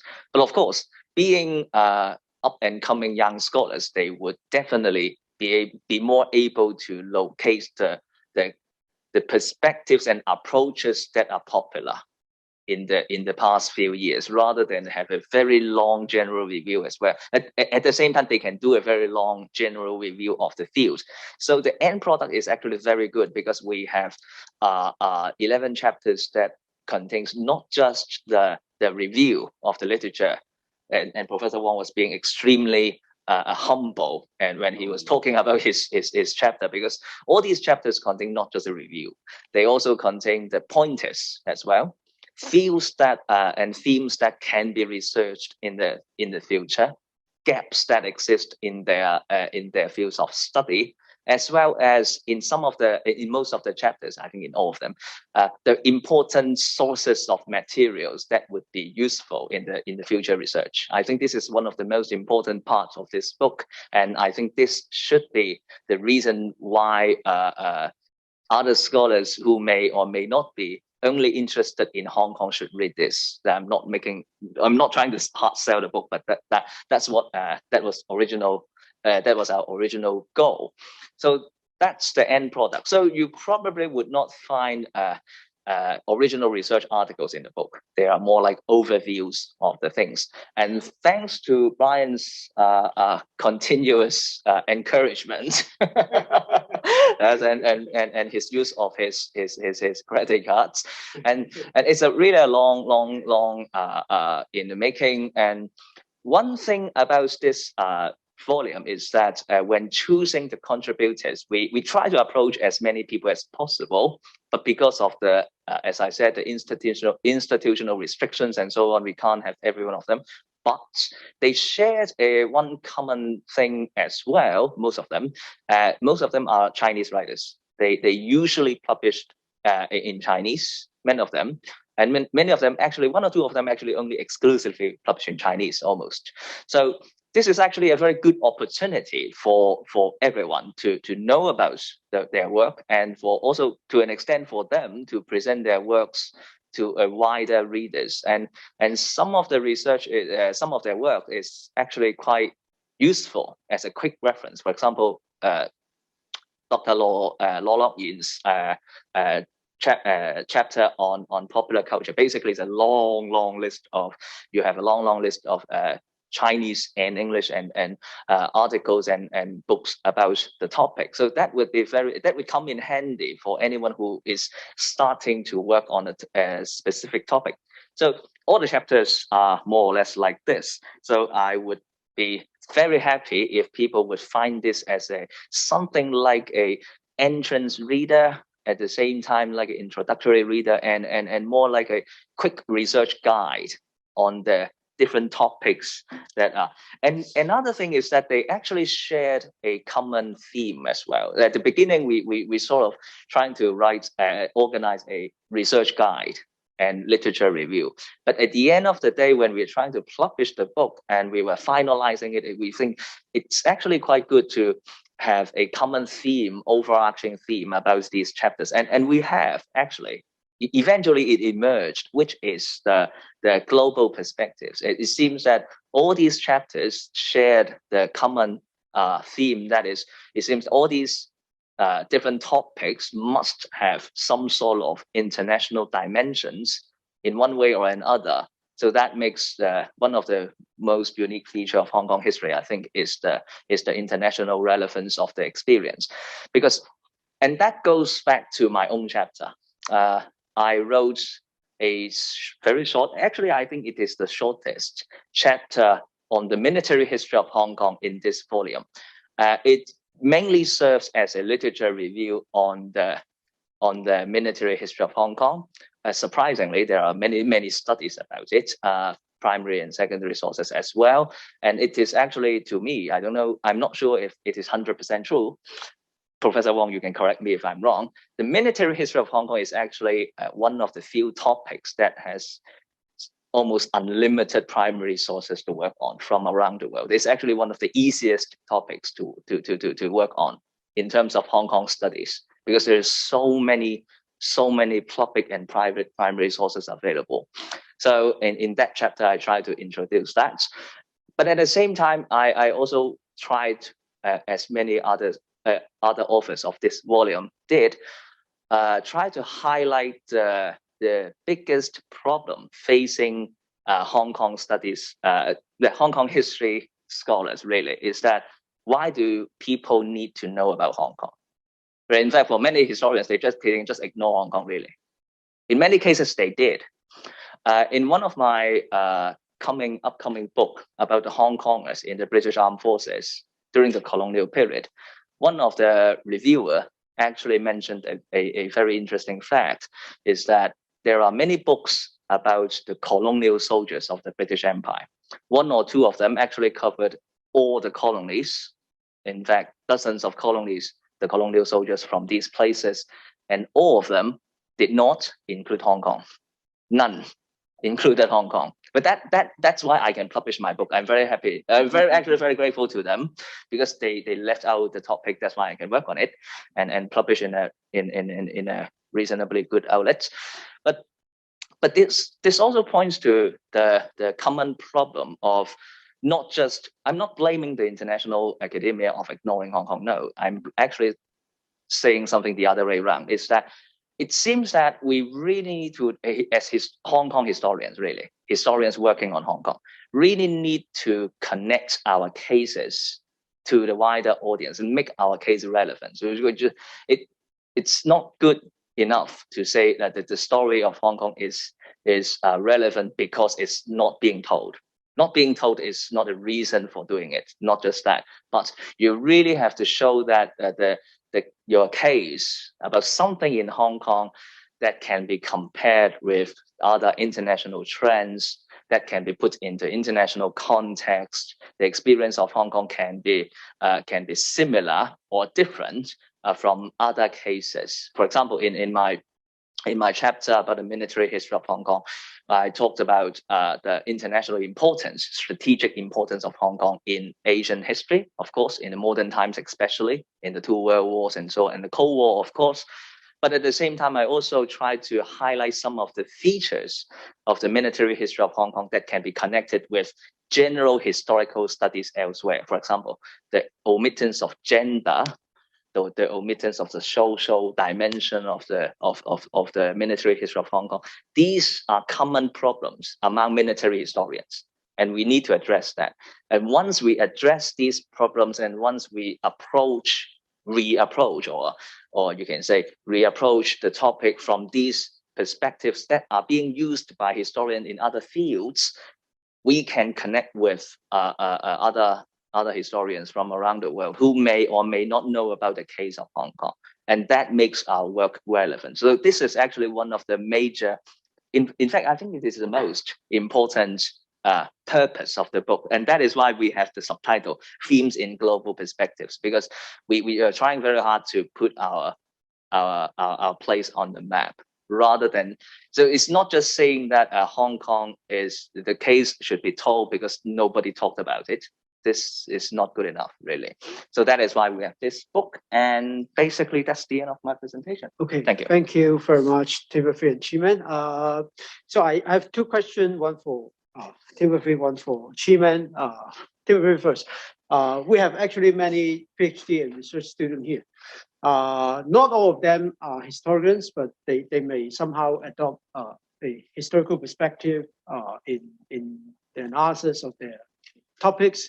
So as an experienced history scholar, do you have any advice for these new generations of Hong Kong study scholar, how to make best use of historical archives, or how to combine the historical perspective with their own disciplinary perspective, for example, political science, culture, sociology, so as to elevate the Hong Kong study to a new height? And also another question for Chi-Man is, nowadays we know that in Hong Kong, many people are interested in Hong Kong history. Not just scholar, but also a wide spectrum of people in the society, the government, the different NGO, political parties, KOL, social media, whatever. They will be interested in about Hong Kong history. So as historians, how, on the one hand, how do you deal with these different groups of people who are interested in Hong Kong history, while on the other hand, maintaining your own scholarly excellence in doing Hong Kong history study? Yeah. So. Thank you, Brian. You have a great questions, but you asked the wrong person. I do not think I am qualified to answer these questions, but I would like to throw my 2 cents here for your consideration. Especially when it comes to the reading of archives, I think we should be keenly aware of the rhetorics, euphemism, for example. in the text. I remember vividly, and I tell a story, then I will pass it to Jimmy.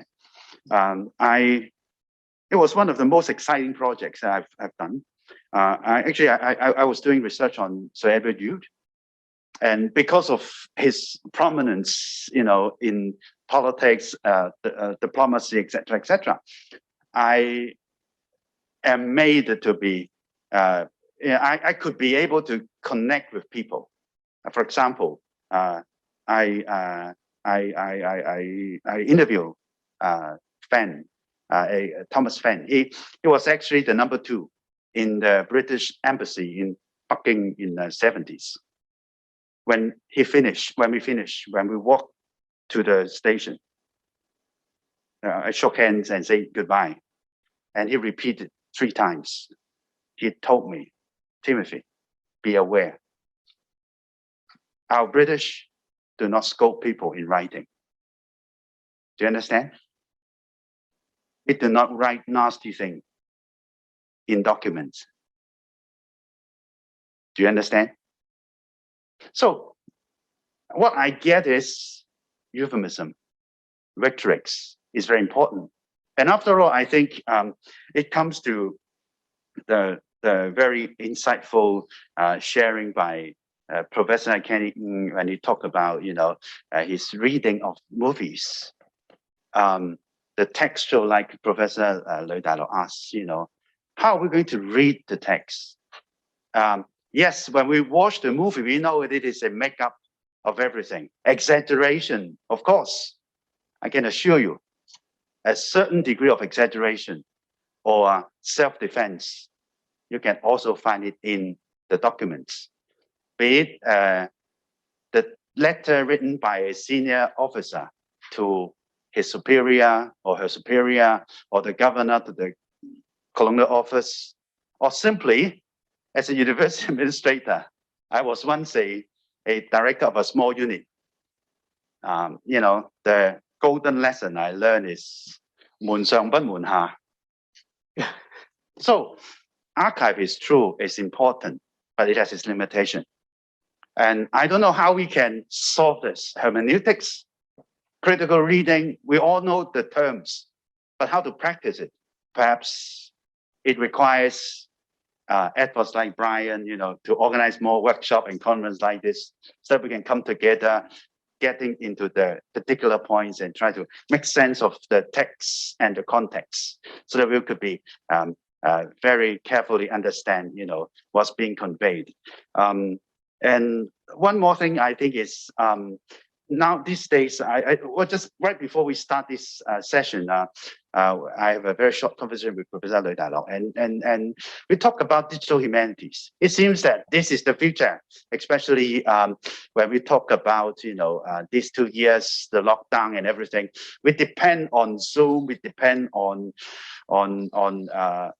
PDF. We return generous sharing of documents. If that's the digital humanities, it's just not very useful. And when we're trying to, one day I talked to Chi-Man, we talk about digital humanities. If the products of the future digital humanities is just a enhanced version of a PowerPoint presentation, it could be outdone very quickly and easily. And how to make best use of digital humanities. For example, something I think Professor Lui Dai-Lok is expert, doing field work, for example. With the help of certain additions of layers into digital materials that we innovatively put on a website or share in whatever platform, in a Meta platform, I don't know, in the future, can we employ certain field work ideas or methods, or the way when we present our digital humanities, we allow that to happen so that we can benefit more future researchers. I don't know. I have no answer to this directions, but that's something we have been thinking about. And actually, G-Man is the expert now. He is getting very famous now because of his historical map of Japanese occupation or Japanese invasion of Hong Kong, and he's now toying that idea about digital projects. Perhaps he's more capable and more insightful to share his findings and experience with us. That's all of my humble and useless answer to your questions. Sure. And thanks for the kind words, Professor Wong, and thanks for the question, Brian. First of all, I have some sharing about the archives as well, because that's why I said, as I said earlier, doing military history of Hong Kong is the easiest, because you always have primary sources, archival sources from two sides. You can do comparisons.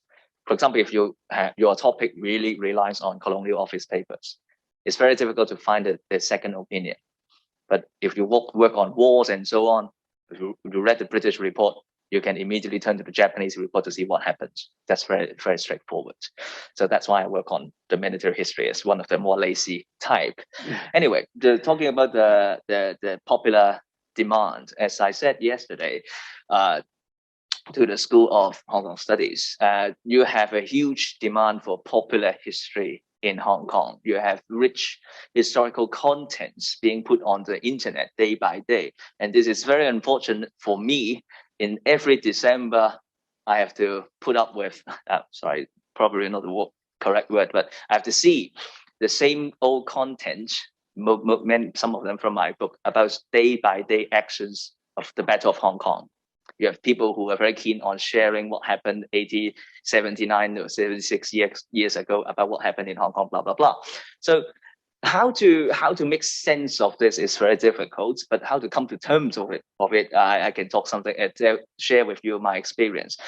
It seems that it's futile to try to have a top-down approach telling them they are wrong.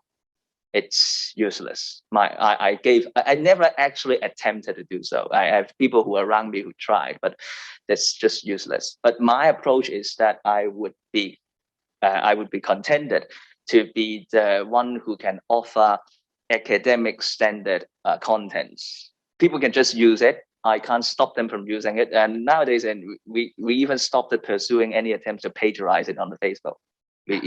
And that is why digital humanities matter here.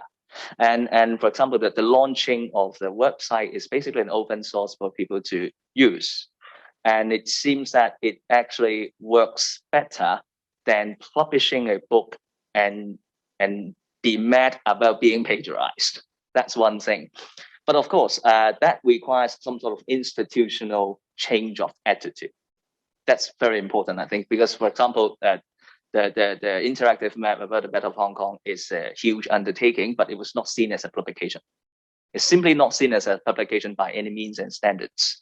But it's fine because I'm okay with it, because in exchange, I wrote a book and published it in Oxford University Press and buy myself 3 more years of free time to work on that project.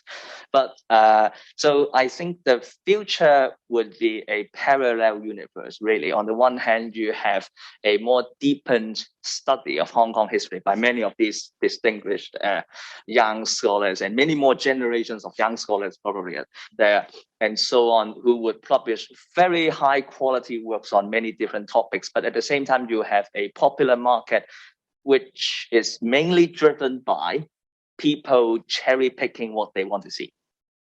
It's actually quite similar to what is happening in the UK, I think. For example, the British had an obsession with the Second World War. You have extremely prolific scholars writing about books after books and articles after articles about the Second World War on many aspects. But at the same time, you have the same group of popular market commemorating, repeating the same old stories.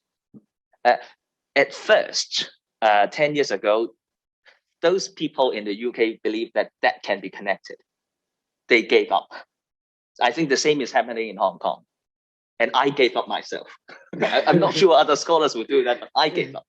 Yeah, seeing the British example, I gave up. So, and I would be very happy as long as we have an open source platform, people can use it. And yeah, that's where we are. But what will happen in the future is that I think there will be more open source material on the one hand, especially in terms of historical photographs and so on. And I don't know what will happen really. Yeah. Thank you very much. Any question from the floor? Perhaps we can take one question. One question, if there is any. No. Okay. Thank you very much. Thank you, Timothy. Thank you, Chi-Man. Thank you for the book, Hong Kong History. Thank you. So may I invite Professor Stephen Chiu and Dr. Carsten Chiu to share with us the book, Hong Kong Society. Okay.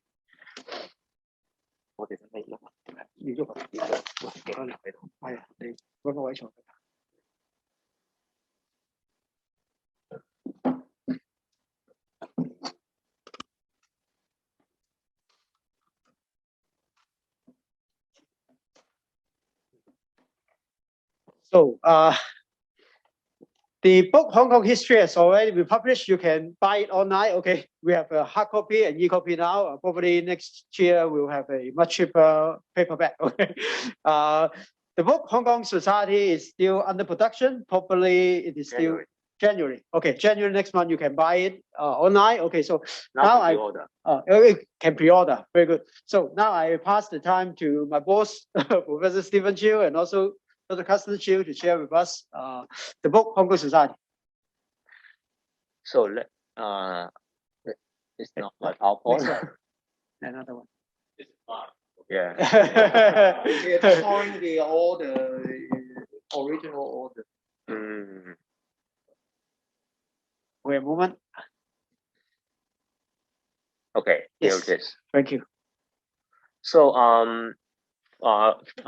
good morning or good afternoon. Okay, I'm Dr. Carsten Chiu, and next to me is Professor Stephen Chiu. Actually, we long for this book talk for many years, because this is, if Chi-Man said the Hong Kong history book not started from 2017. Our book even stretches longer in time of writing and production. So this is the Hong Kong Society book. Actually, I started with Stephen and another colleague in Chinese University, Dr. Ken Lee, when we all at the time teach in that university. But now only Ken Lee is now staying in that university, while Professor Chiu and I work in other university already. So the starting date is April 2015. After we taught a course about Hong Kong Society in Chinese University. But every year, as we all know, who have experience offering this type of course, we always, complain about what kind of reference or reading that we can list out in our course syllabus for local or international students to read. Part of the reason is that if we try to have a course about Hong Kong Society, there will be some basic knowledge that international students or mainland students that they do not have. And a lot of times when we try to sort out these kind of readings for students, we find that there are quite a lot of readings that are in Chinese, actually, that we cannot assign this reading to the students. So that's why after each course offering, we sit down and then complain. And luckily, in 2015, we finally make up our mind and said, okay, why not write up a book about Hong Kong Society for our own? And that's why it started this project. So actually, although the authorship only includes Professor Chiu and I, but actually our team includes more than that. For example, Dr. Kenny that I just mentioned, who is still teaching in Chinese University Department of Sociology, actually he contributed almost 1/3 of our manuscript. But at the final stage of the production, he has his worries. about getting into the authorship list of the book. Part of the reason is, politically sensitive. He is quite worried. He has 2 sons, okay, and have wife. I'm single, and Professor Chiu will be retiring, maybe migrated elsewhere. So we are more free, okay. So that's why it is an unfortunate thing that he cannot be included. Another member is Mr. Lai Chi-chung, who is my research assistant and my potential prospective PhD student. He contributed greatly in one of our last chapter about social movement that I will explain later why he will be included as one of the team member in our project. In the next 15 to 20 minutes, I will talk a little bit about the background and motivation of why we need this book, not just for teaching, but also academically, why it is important. And I will walk through the contents of the book chapter by chapter, very briefly about each chapter's summary. And also, we will also use some of the chapters to illustrate our unique approach to Hong Kong society. And that's it. And then, so background and motivation. So from this slide, I think all of you studying Hong Kong society before must encounter Professor Benjamin Leung's book, Perspective on Hong Kong Society, right? So I can tell you that I am also one of the cohort. This is a must-read this book in the Hong Kong society. That time I studied in Hong Kong UST, and Annaul School is my professor teaching this course, and then she also used this book. But actually, if you read, if you see the publication date of the updated version of this book, it's already 1996.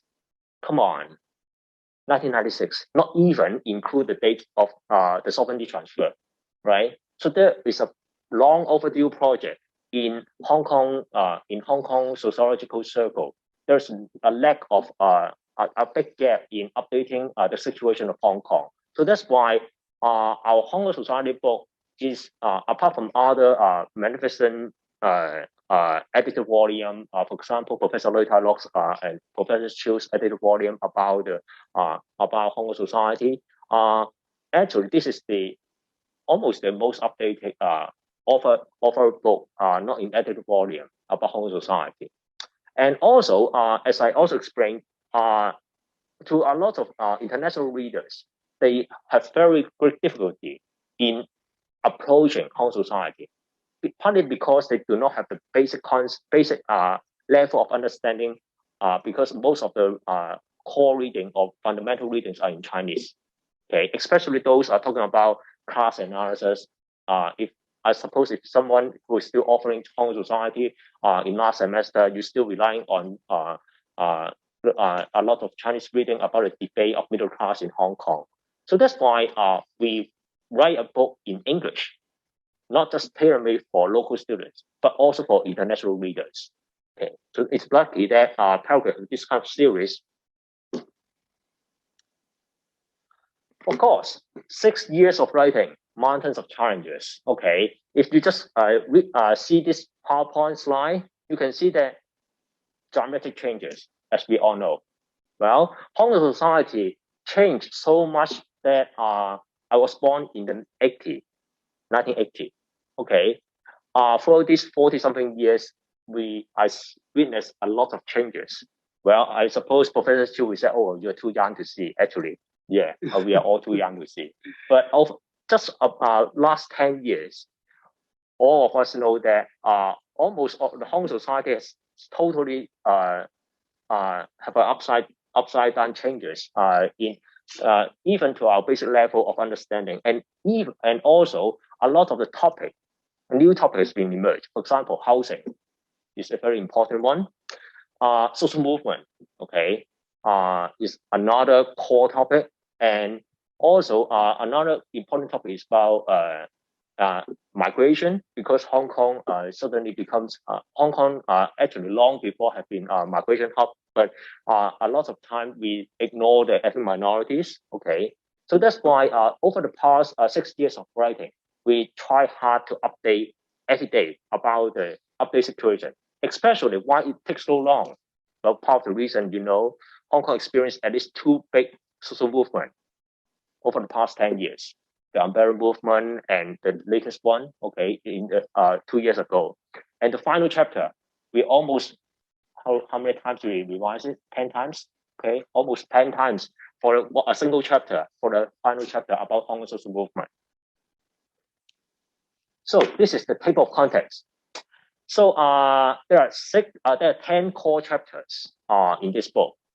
Of course, but the first chapter is about history. So luckily, thanks to Hong Kong historians' good help, we finally can have a lot of material that we can craft our sociological narrative about Hong Kong society, especially in the day about its colonial period. So in this chapter, of course, we are not historians. We are more interested in some institutional things. For example, what we call the colonial legacy of Hong Kong. Well, of course, just like Professor Timothy Wong said, British people always praise their contribution to Hong Kong society, how they modernize our Hong Kong society. And well, we know that we are always told that Hong Kong has 4 pillars here. For example, the effective civil servant, clean government, right? High level of English literacy, and law and order, and etc. Right? But these are the bright side. How about the dark side? And especially when we put these colonial legacy into today's Hong Kong, how we can assess these colonial legacy? What are the bad side of this legacy? So this is This is the thing that we are handling in this chapter, and especially starting from 2018, there's some nostalgia in Hong Kong society. A lot of people want to go back to the colonial period. Then we need to ask why. What is the good thing to go to the colonial period? Okay. The second chapter is also quite historical, but we focus on trade. We understand that Hong Kong is, we always say that Hong Kong, a lot of people say that Hong Kong is an economic city. But how we can understand this phrase, right?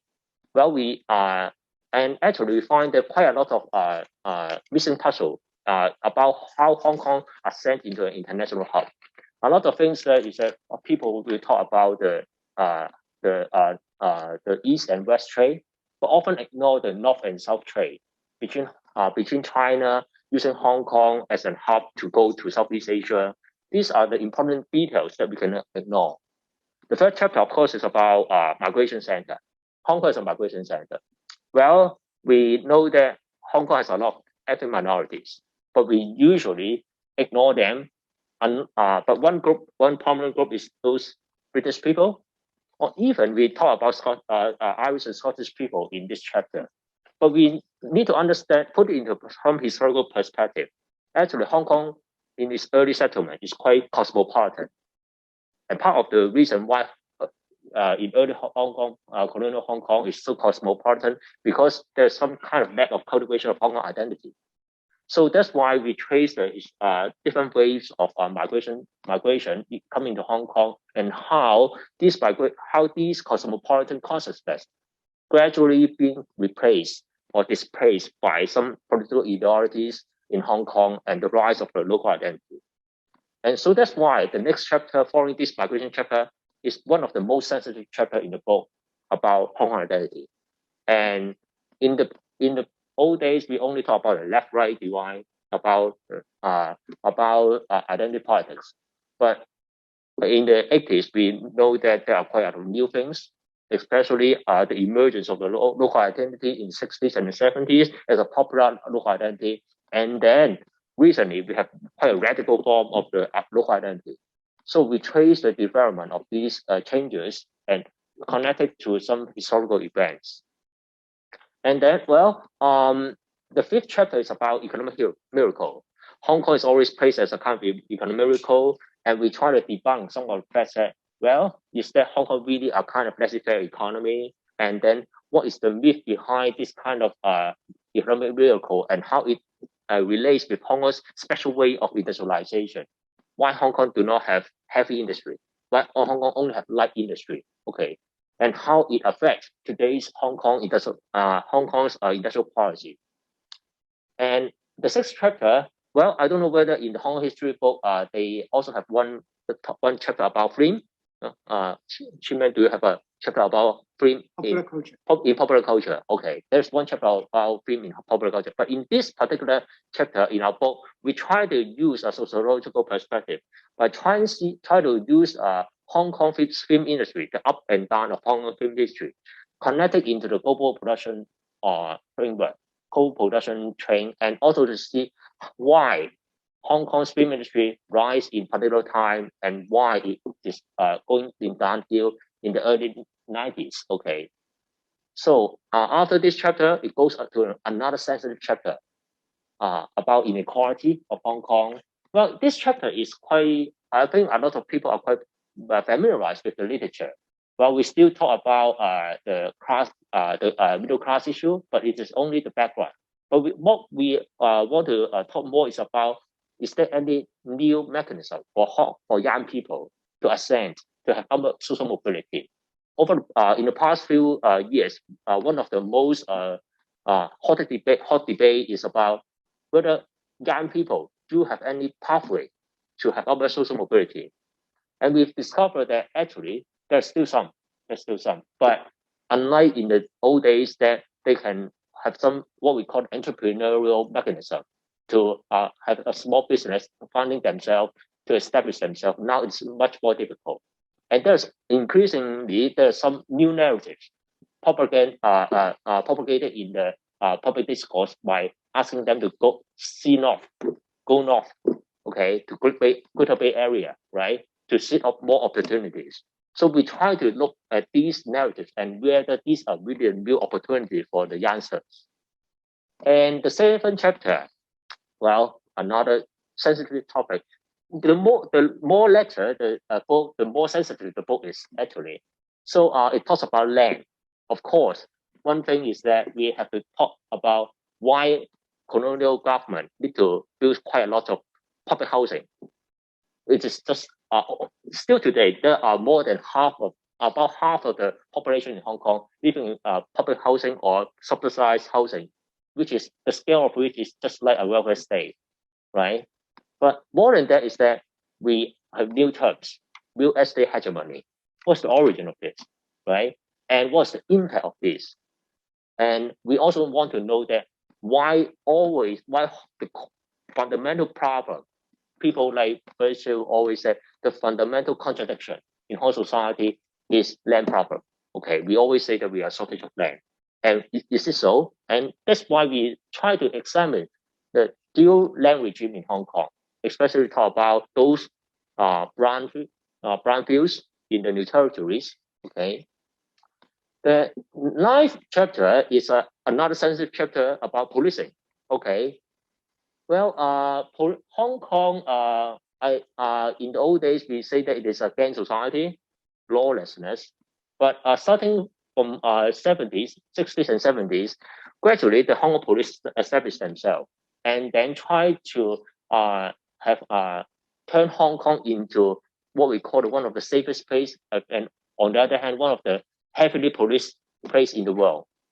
And so that's why we trace this kind of development. And after that, we also need to address that it is not just policing in public area, but how about policing in private area, right? So that's why we talk about from gangland to copland to district land, because district land is a kind of symbolize how private policing is becoming increasingly important in Hong Kong, around the world. And the final chapter, Hong Kong as a city of protest, social movement as a mode of social change. Actually, this subtitle is a new subtitle. The old subtitle is social movement as for the quest for democracy and freedom. But it is, we found later we try to revise it so that it is not so sensitive, okay, talk about democracy and freedom, but as a mode of social change, okay. But inside the chapter, the core issue is all still about these two core universal ideals. And we try to have some kind of preliminary analysis about the 2019 social movement. So that's why this chapter is so difficult to write, because we need concrete update empirical data from the field, and also we need to come up with a framework to understand why the latest movement is so large in scale and is particular significance to the world. So that's why in this chapter, unlike several books just published about the social movement happened in 2019, we have a framework called the Global Political Opportunity Structure, how the global political opportunity structure shape local politics and local social movement, and how local activists, they will branch out themselves to seek help from other global agents to support the social movement. So these are all the chapters we have in the book. Hopefully, when this book is really on the shelf, we actually, Professor Chiu and I really think that if we can last on the shelf for 10 years, we are already very satisfied. So hopefully, this is our aim. And to our approach, because we are sociologists, okay? So one way to sociologize our social phenomena is that we still use the debunking skills. So we consider that there are a lot of common sense in our society, but in this book we have quite some fancy term. We call them standard definition images.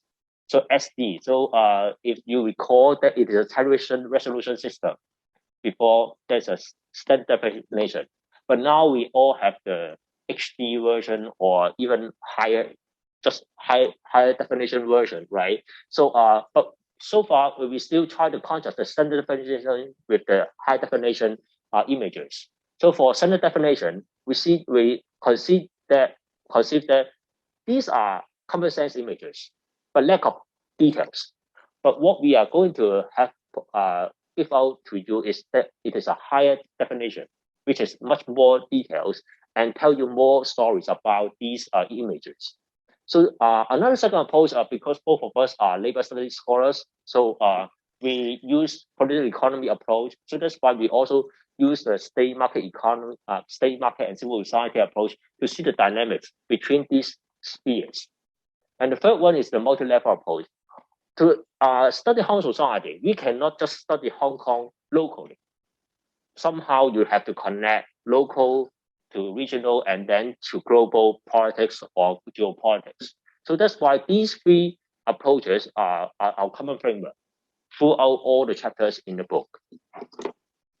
So, for example, in chapter 2, when we talk about Hong Kong as an international hub, just as what I said, the standard definition image is that the colonial narrative always portray Hong Kong as a free trade center.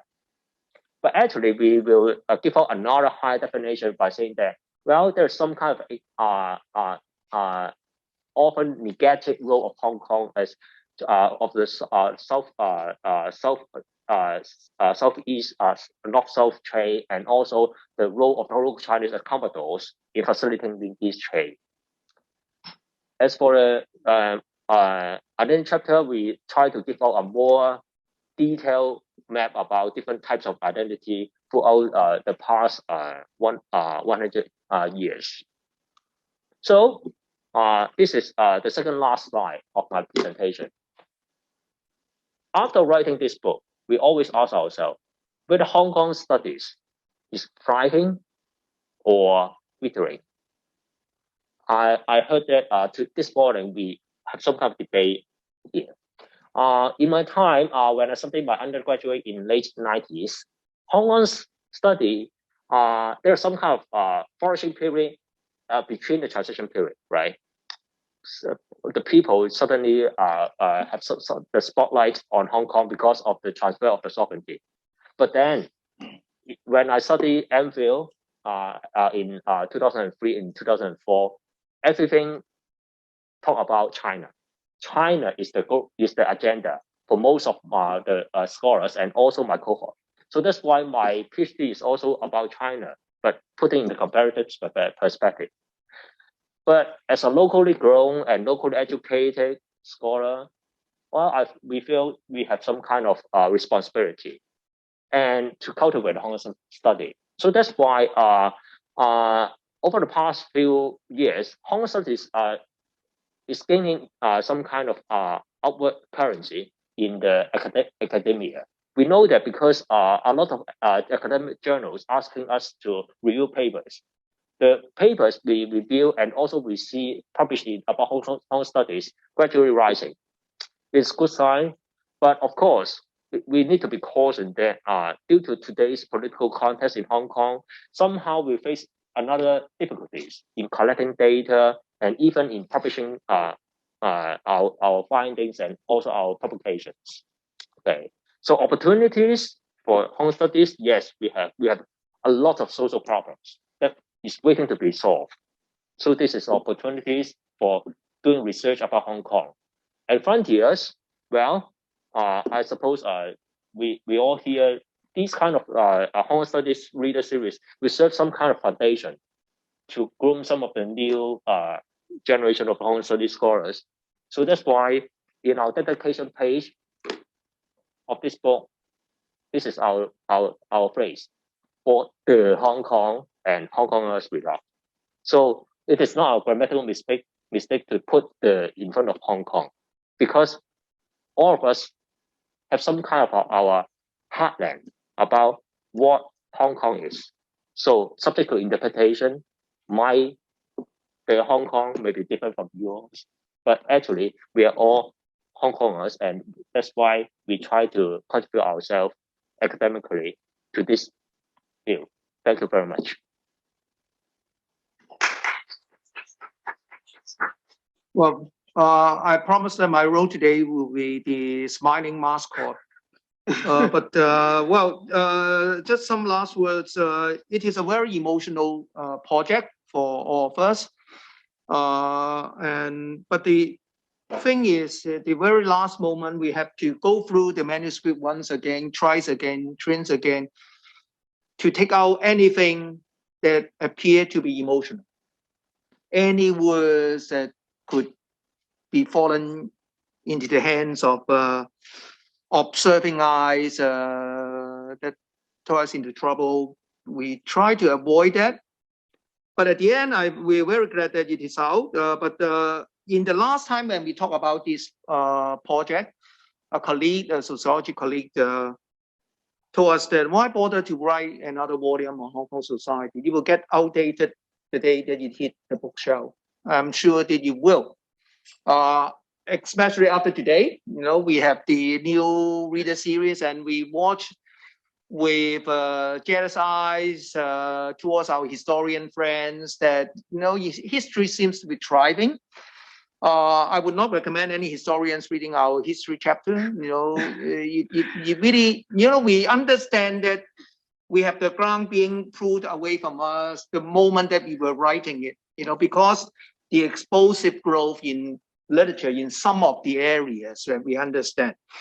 But then we still feel the need to write it.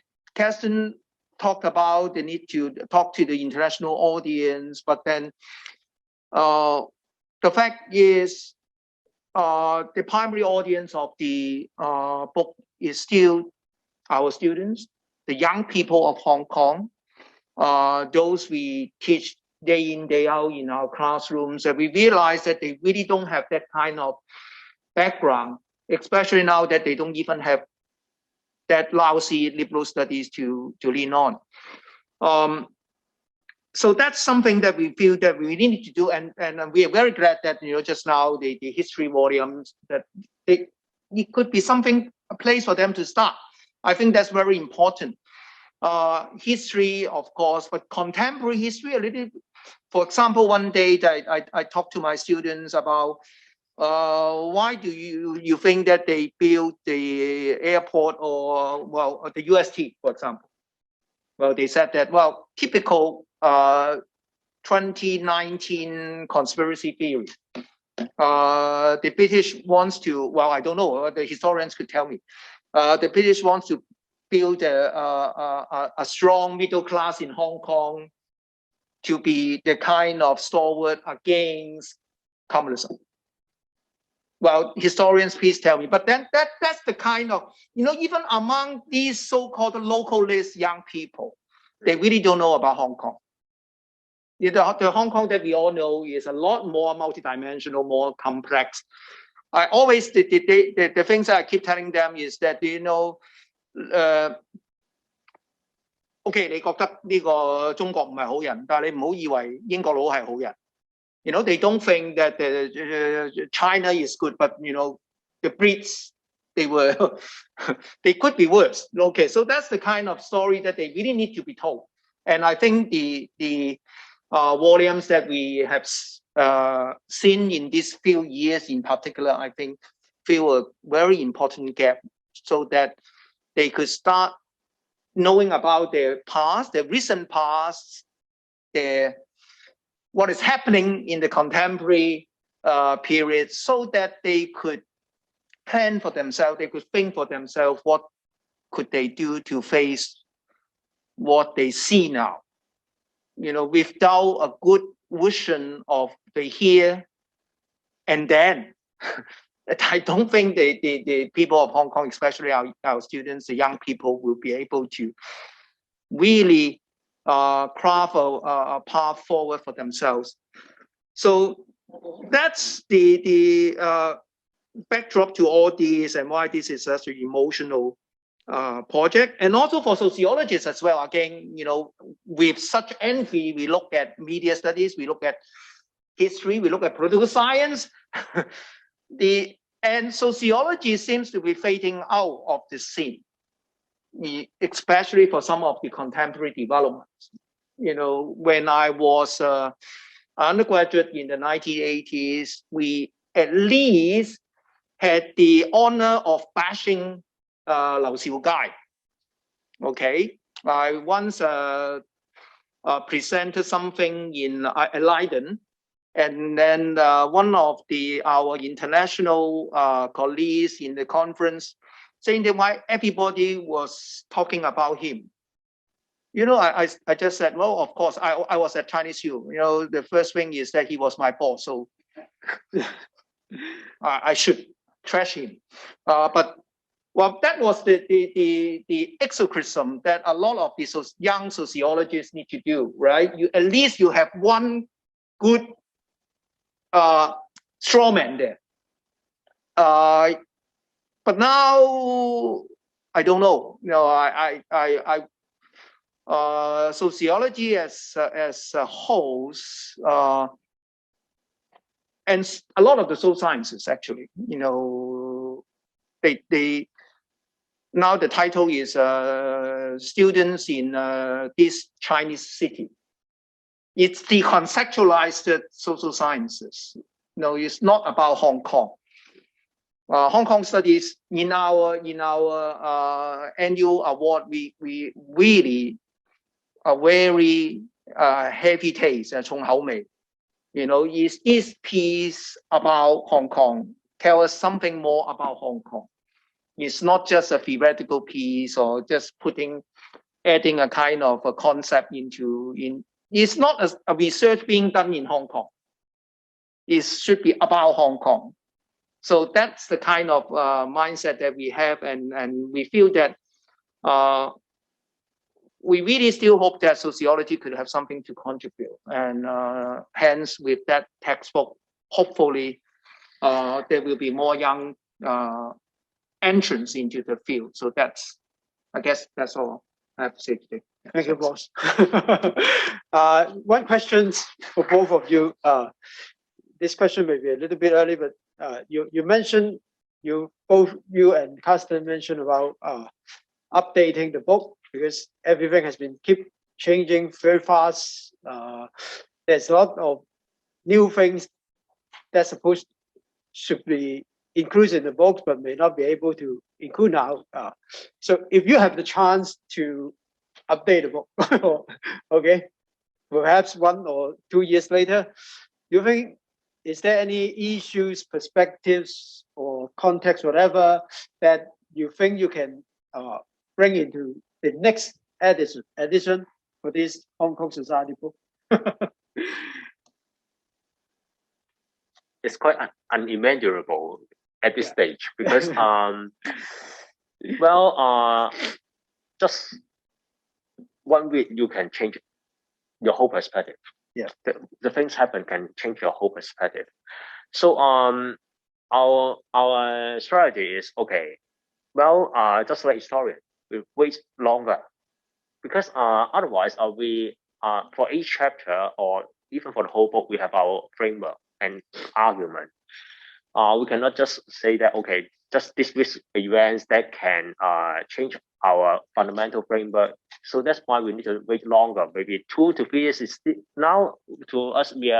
I become older. Okay, actually I taught Chimeng in his undergraduate, so I'm quite old now compared to him. So 5 years at least, 2 to 3 years is still very short time span. Okay, but for historian they are talking about 100 years, right? So 5 years is a more sensible period for us to update our manuscript. Professor Chu, any thought? Well, I don't know. I may perhaps think about it when I retire, perhaps in 2-3 years. But again, you really need to have a perspective on what has happened in these few years. That is the most difficult part. And when certainly a lot of it have been done by our political scientists colleagues, and I don't know what kind of sociological perspective you could bring into it. We really need to think about it. And one angle that I would like to try is to tackle the so-called official discourse of deep contradiction. 深層次矛盾. A lot of those are socio-economic contradictions, and that would be the one way to frame what we have seen in the past few years. That's perhaps one thing that I would try. But you see, I had the infamous title of Wang Si Bei Zhou as being one of those who developed the liberal studies curriculum. And yes, a lot of these are important. So these dramatic changes in these few years, we really need to have a good perspective on it. Perhaps I think we will draw on other branches of social sciences and from our historian friends, and take a longer perspective. In the identity chapter, for example, all these histories tell us that all these, in a way, the localist sentiments are really a kind of interlude in a very long nationalist project, isn't it? That something that we really need to tell our students. But how to say it, how to tell this story well, I think we still have to think about it. Yes, thanks. very good. Any question on the floor? Yeah, Timothy. Thank you. I would like to take this opportunity to salute to Professor Chiu. I vividly remember the first time when I read your Politics of Laissez-faire. It's eye-opening. Thank you so much. I think I would like to ask a question here. What would be your suggestions that which would be the most important political rhetoric that we should focus in the next 5 years, for example? Perhaps at your time when you're writing your work, you consider laissez-faire, you try to deconstruct it for us. So at the present or in the anticipation of future, what would be the most needed deconstruction of political rhetorics that we should start doing now? Thank you. Well, patriotism, national identity. I think that's something on everybody's mind. How are we going to approach it? Our next generation, with all these education on national security, what kind of citizens would they become? That's one thing.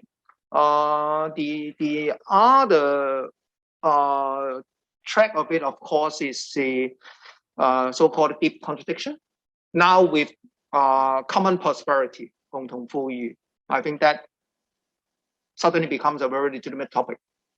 I think that's something that we should tackle, as well. If that is the official discourse. Are they doing it? 告別劏房, say goodbye to the subdivided units. So all these are official rhetorics. In the past few years, I have it has become a very popular spot of, for us to tackle the official discourse. Whenever they coin a term, and suddenly, well, it's something for us to verify, to test a hypothesis to be tested. I think that academically, actually, that is quick fun.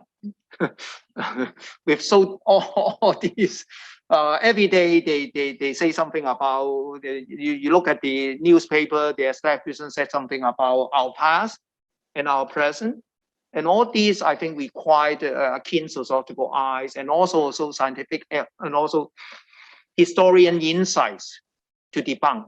There's a lot more debunking for us to do within the bounds of something that we know, of course, right? Yeah. So I'm not directly answering Professor Wong's question, but I think another important area that we need to study in the next few years is, because we use the state market civil society model in our approach, we also see that since early this year, after the movement, civil society have a dramatic change. So this is one of the crucial sociological eye to see how this kind of dramatic change in our civil society. Just 2 days ago, I talked with Professor Lui Dai, because I and Professor Chiu are labor studies scholars. We also study Hong Kong labor. So now, with one of the big confederation trade union has been disappear in the political scene, whether there is any kind of impact to our laboring population in Hong Kong. This is one of the very sociological questions that we need to ask in the next few years. Okay, thank you. It is always good to have change, so long as we as scholars have the room to study the change. Okay, so thank you very much. And again, thank you for the book, Hong Kong Society. Finally, we invite the authors of our last book for these sections, Hong Kong Media, Dr. Chen Chi-Kit, good friends, and Dr. Gary Tang, to share with us the book, Hong Kong Media. This book is, it should be at the final stage of writing, right? Yes. It should be finalized in this month or next month. Hopefully this month. Hopefully this month, very good. Then it will be put into productions. Probably will be published early next year. If things go well, you will see the book. Okay, very good. So I pass the time to Chi-Kit and Gary. Please introduce us. The books. Okay, thank you very much. First of all, my apology to Brian's. Today, we are not going to talk about the book, but I want to talk about a question with you all is why study Hong Kong media, or why still bother studying Hong Kong media? Even though you may not be a fan of Hong Kong media, but bad news keeps coming. Brian, you may not pay attention to local news, but still, I guess you are able to feel the bad news to Hong Kong media every day. The latest one is the rumor about the enactment of the fake news law, another legalized weapons against the free press. Against anyway, they want to do something on Hong Kong media again. So, apart from what happened to the news industry, in academia, the communication department, our days are not very bright. The number of applicants for communication degree, in fact, are dropping, not only in our institute, but in the institute which provide journalism degree. And parents nowadays, at least some parents, advise their children that why bother you think of news worker or journalist when you plan for your future? So why study Hong Kong media? Of course, first of all, we are working as a communication scholar. We must defend for our profession. But for a real reason, media has been an important part to Hong Kong society. Hong Kong is a media-rich or even a media-saturated city. Just take out some figures. Despite the chill winter, still we have 17 daily published newspapers in Hong Kong, which is somewhat crazy. Despite sometimes we get the same headlines for all these 70 newspapers, but still we still have 70 newspapers daily published. Even New York, London, you may not have 17 newspapers published every day. And we have free television broadcaster, which is the number is not too few, I would say. 2 pay televisions, and less online media outlets, magazines, and more importantly, the internet. Now, 95% of the households in Hong Kong are with broadband services. This figure is, I would say, wonderful. Okay, 95% of Hong Kong households are served with broadband services. And the mobile phone figure is even more interesting. The mobile subscription penetration rate, that means, you may understand the figure like that. On average, each Hong Kong person has 2.8 units of mobile devices. Okay, therefore, at least some of us will have more than 1 mobile devices in our hand. So that figures tell that media, at least still, is an important part to our society, and I just ignore the other figures. But this is not enough. As Carsten and Chime have said, you cannot just pursue a topic because of this figure, that media is an important part of Hong Kong society. Therefore, the next question is, why study media? Why we still bother study media if the word Hong Kong is taken out? Okay, well, in our understanding, Carsten, I see in your PowerPoint, you have the word state, market, and civil society, and we add media in it, okay, because of our professions. Media to us is the source for our imagination of social facts beyond our immediately living circle. What's that mean? We could not attend the Summit for Democracy, which is held in the United States. But somehow this seems to be a news to us. Why? Because of media. We could hardly connect with everyone in the world, but it seems that other people's story becomes something which matters to us. That's the basic understanding of why we have media. Media and the state, in non-democracy, of course, this is a mouthpiece or ideological apparatus, the tool for the powerful people to indoctrinate the story which they want us to follow. But even in democracy, ideally speaking, media should be social watchdog for the so-called fourth estate. But if any fans of Noam Chomsky or a kind of critical writer here, that in American study, the performance of media, in fact, is not very satisfactory. At most, media is a guard dog instead of a watchdog. For being a watchdog, you have to be critical, smart, and proactive. Guard dog does mean media pay the function when we have social crisis. But in usual day, media will stay back and become business as usual. And I'm not going to repeat the literature which criticize the performance of media in terms of social watchdog. But a quote from former British Prime Minister Margaret Thatcher about media is illustrative. In 1985, when Margaret Thatcher addressed to the barrister in America, or a lawyer in America anyway, okay, she said, the media hold the oxygens of publicity that political leaders need. But political leaders and dominant political institutions hold the fact and information that news media need. That quote to me is illustrative to show the limit of media. Even though you are well trained and you have a highly critical mind, but the definition of social fact could hardly only rely on media. State power and politicians or other social institutions, that's why sociology is very important, okay? Also take part in the definitions of social fact. That's some illustration about why I study media, because it's related to definition of social fact, and also state power will take part in that. Media and the market. Well, theoretically speaking, market forces should encourage media to be an independent press because we don't need the sponsorship from the state or political party. What some media scholars call this a small system. But we should have heard about the so-called advertising pressure, yellow journalism, sensational journalism, commercial logic. That means if we follow the market logic, then the media should serve the middle class and rich people instead of poor people. And I'm sure some of friends may concern about that.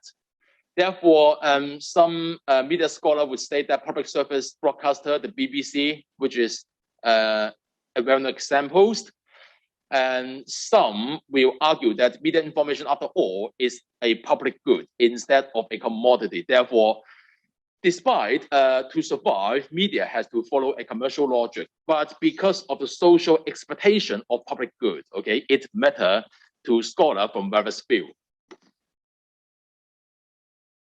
Okay, media and civil society.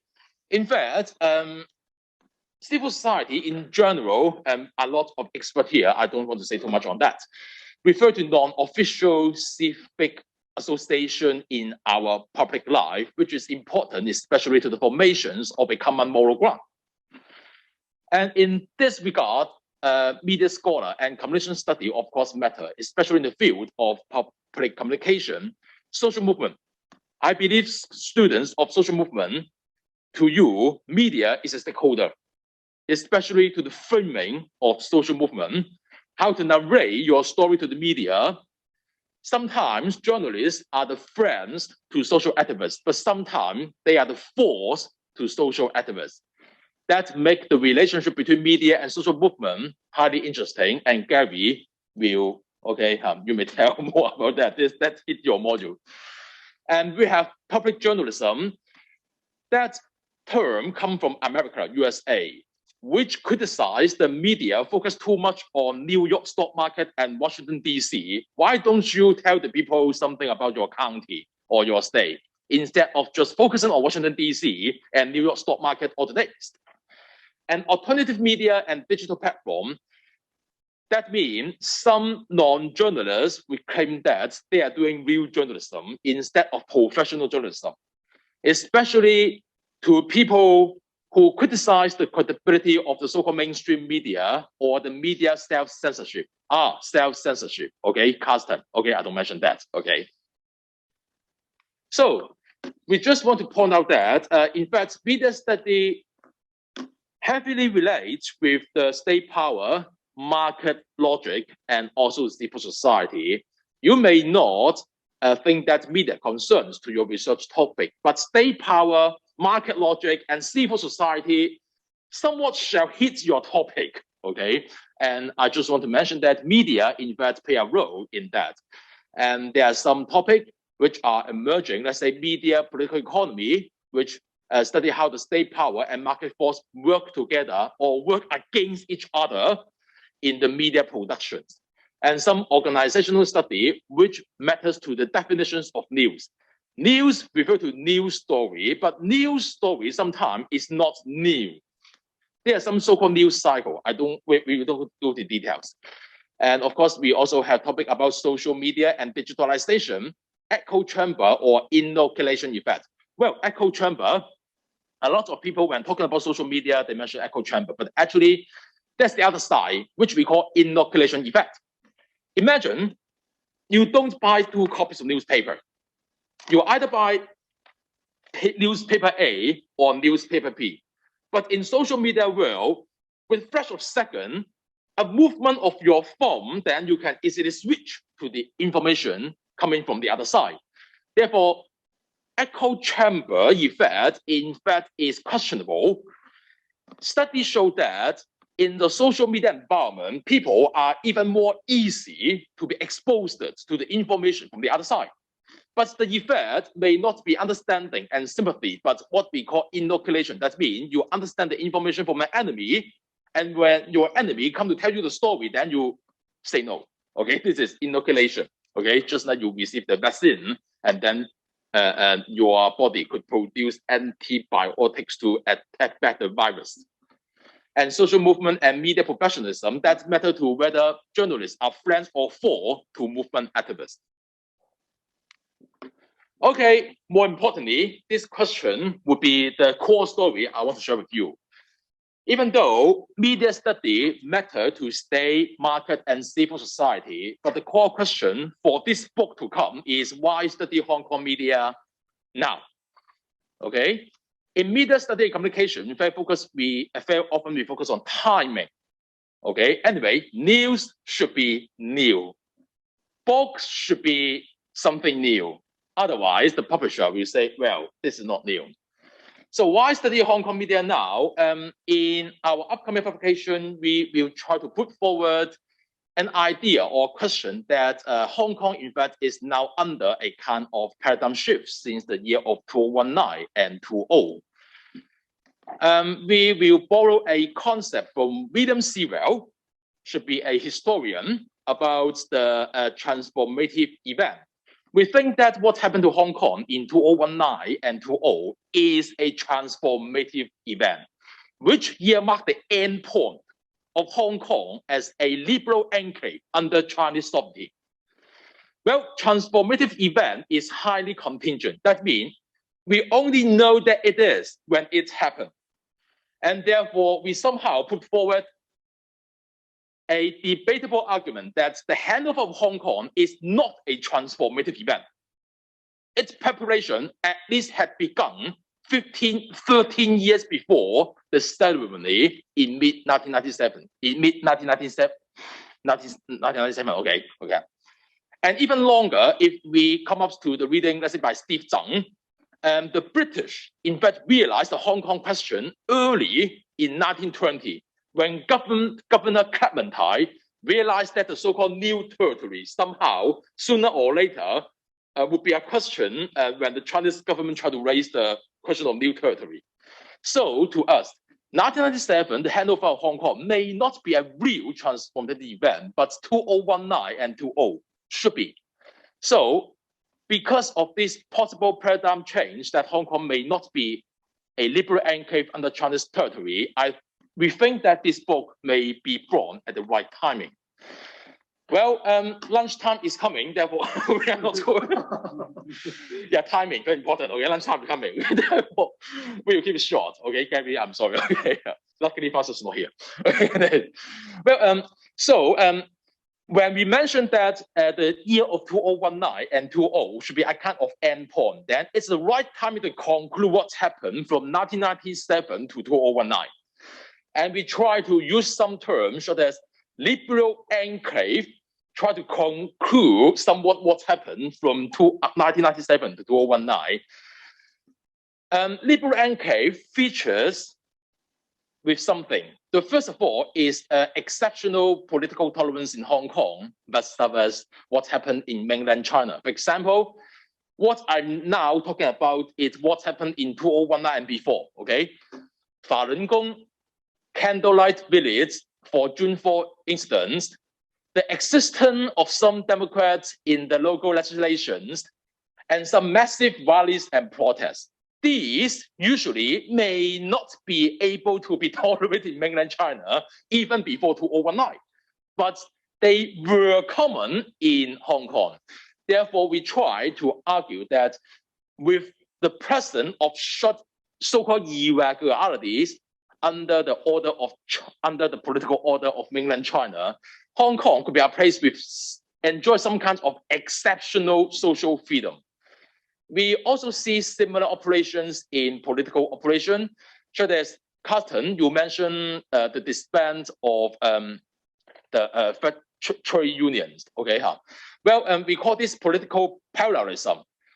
In Hong Kong, before 2019, a phenomenon is very interesting that for all professional bodies and unions, we have a kind of parallel structure. Okay, the association in Chinese Hiệp usually are the local one, and they practice professional autonomy and values. And the federation, 總會, something like that. Usually they are said to be pro-communist one, therefore, or 聯會, okay, therefore we have associations for teachers union, and we also have federation for teachers union, okay, the parallel structure. But parallel structure tells a story that at least, okay, direct interventionism in Hong Kong is still a taboo. Therefore, the China have to rely on some proxy or local collaborators to exercise their political influence rather than direct order. Okay, time's run out. We will not talk too much. And also the political neutrality of civil services. If you have some knowledge about party state, civil service in mainland China must serve for the party leaderships. Okay, 党国, very clear. Okay, but in Hong Kong, at least before 2019, for the Hong Kong civil service, we still talk about political neutrality. Okay, 政治中立, 政治中立. That is not common to mainland China. And also universal value. Here, I want to read out 4 lines despite lunchtime coming, which is very interesting. I will safeguard the interests of the people and uphold the core values of Hong Kong, including human rights, rule of law, clean government, freedom and democracy, tolerance of different things and views, and respect for press freedom. The government is steadfastly committed to upholding these core values by Mr. C.Y. Leung in 2013. I'm not here to discussing anything, okay? But what I call is that before 2019, even the government side, the Chinese state or the so-called pro-communist people, they at least for lip service, or anyway, okay, they still talk about core values, universal values, or they tend not to say no to democracy and social freedom. But of course, we don't go into details about what do we mean by democracy, okay? Let's check on some names. Democratic Alliance for the Betterment of Hong Kong, DAB, the largest pro-Beijing political party in Hong Kong in Chinese民建聯. Remember the name? Democratic Alliance. Or liberal parties, the pro-business group in Hong Kong, but still brought the good name of liberty. That show, at least before 2019, in Hong Kong society, we still treasure the core values, or we take democracy and social freedom and liberties as the brand name of universal value. But after 2019, let's skip this part. No. Let's talk about that.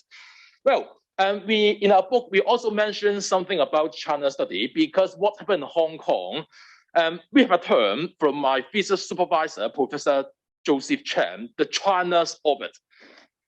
Whether you like it or not, the trajectory of Hong Kong, in fact, fall into what we call China's orbit. Or simply put, we could not stay away from China's influence. In fact, why Hong Kong could be a kind of liberal enclave under Chinese sovereignty before 2019, there are some background which matter to China. Since Deng Xiaoping's insistence on the reform and open door policy, even after 1989, okay, that served as an important background for why China tolerate a liberal enclave in under its sovereignty. And in China study, from 2000s to 2010s, there are some interesting terms, such as responsive authoritarianism, contentious authoritarianism, or consultative authoritarianism. Consultative, I think of Professor Guan Shenqi, okay? But anyway, in 2000s to before mid-2010s, these are some fancy terms which you may see from China Quarterly, Modern China anyway, the journal about China study, which show that China at that time tend to be more open, or tend to follow the trajectory of becoming more open and liberal. And while Hong Kong still could be a liberal enclave under Chinese sovereignty, we think that should be an important background. And since 2010s, okay, then China's talk about institutional confidence. 制造信心，制度信心. Okay. Anyway, that means its political system is good. Okay, even compared to those of the Western democracy. That is.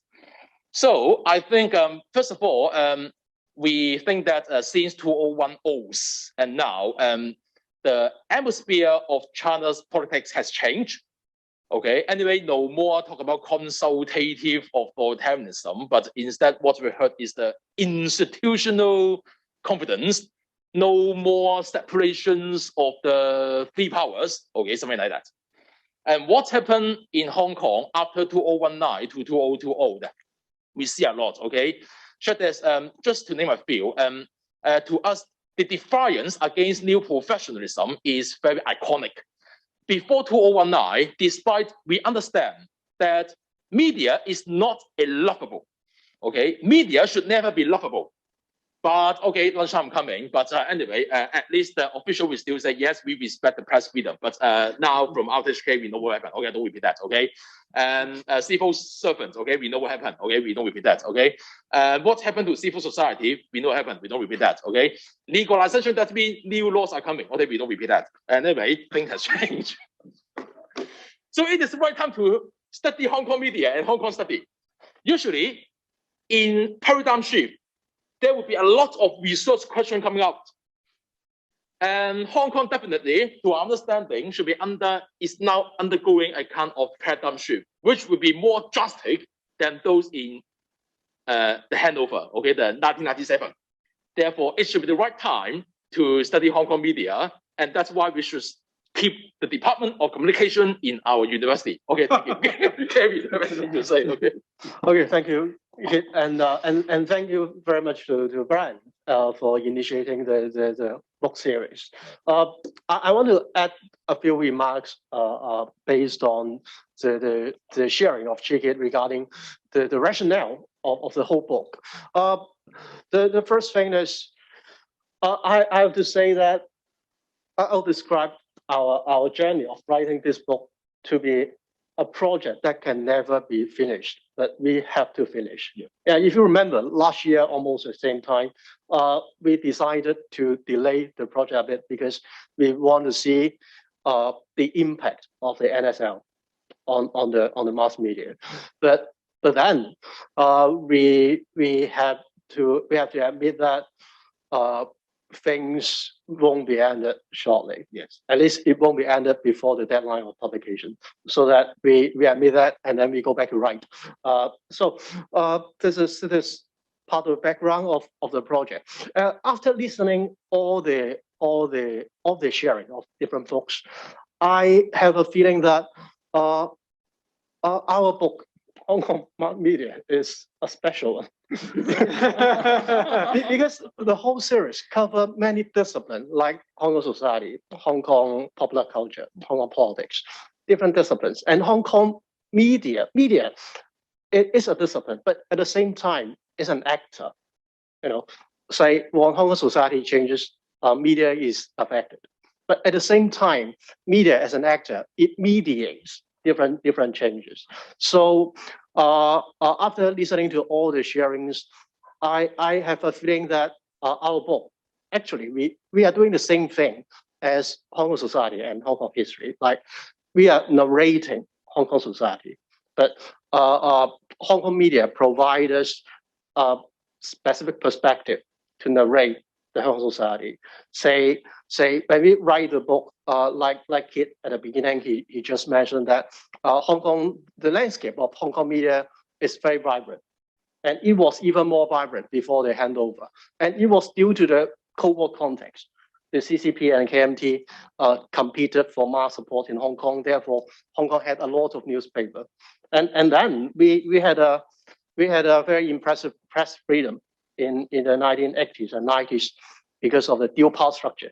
Okay, Cecily mentioned this, and after the handover, when we go back to the literature, the best time of Hong Kong press freedom was year 2000, was the early post handover period.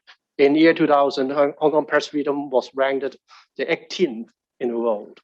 And then we can realize that, okay, at that time, going back to the notion of Lo Wing Sung, Hong Kong was in liberalism as a simulacra, 虛擬自由主義. We all pretended that we are having freedom, and government as one of the players even supported this game at that stage.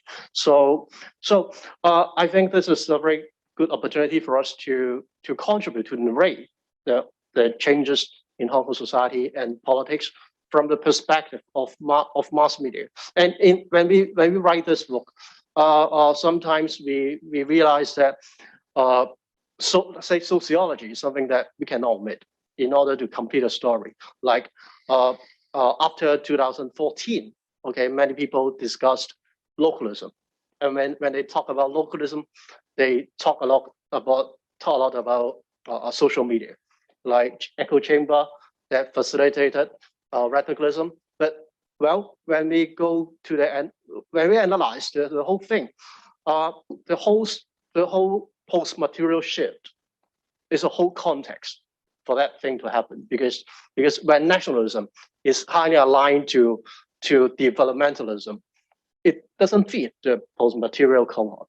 So we need support from sociology and political science And history also. And history for us to narrate the development of mass media, of media in Hong Kong. And at the same time, it is a meaningful project because in the past, if I remember correctly, we really don't have much book about Hong Kong media. Many of them are just edited volume, and many of them were only snapshots of different media impacts. So in this book, we have different aspects of media, and they can align to the social change and political change of Hong Kong. So we have a chapter about social protest, a chapter about Hong Kong identity, a chapter about press freedom in general. And at the same time, there are two chapters that are about some specific agents, like Francis' chapter was about how the journalist as the agent trying to deal with the political pressure in order to maintain the press freedom that we can observe at that time. So as I just mentioned, media is an actor, and media as an actor, it also includes a lot of different sub-actors in that industry, including journalists, audience, media users, and they all contribute to facilitate the social change. So this is my impression, my reflection after writing the whole book. Thank you very much, Gary and Chigit. Any quick question before lunch? Okay.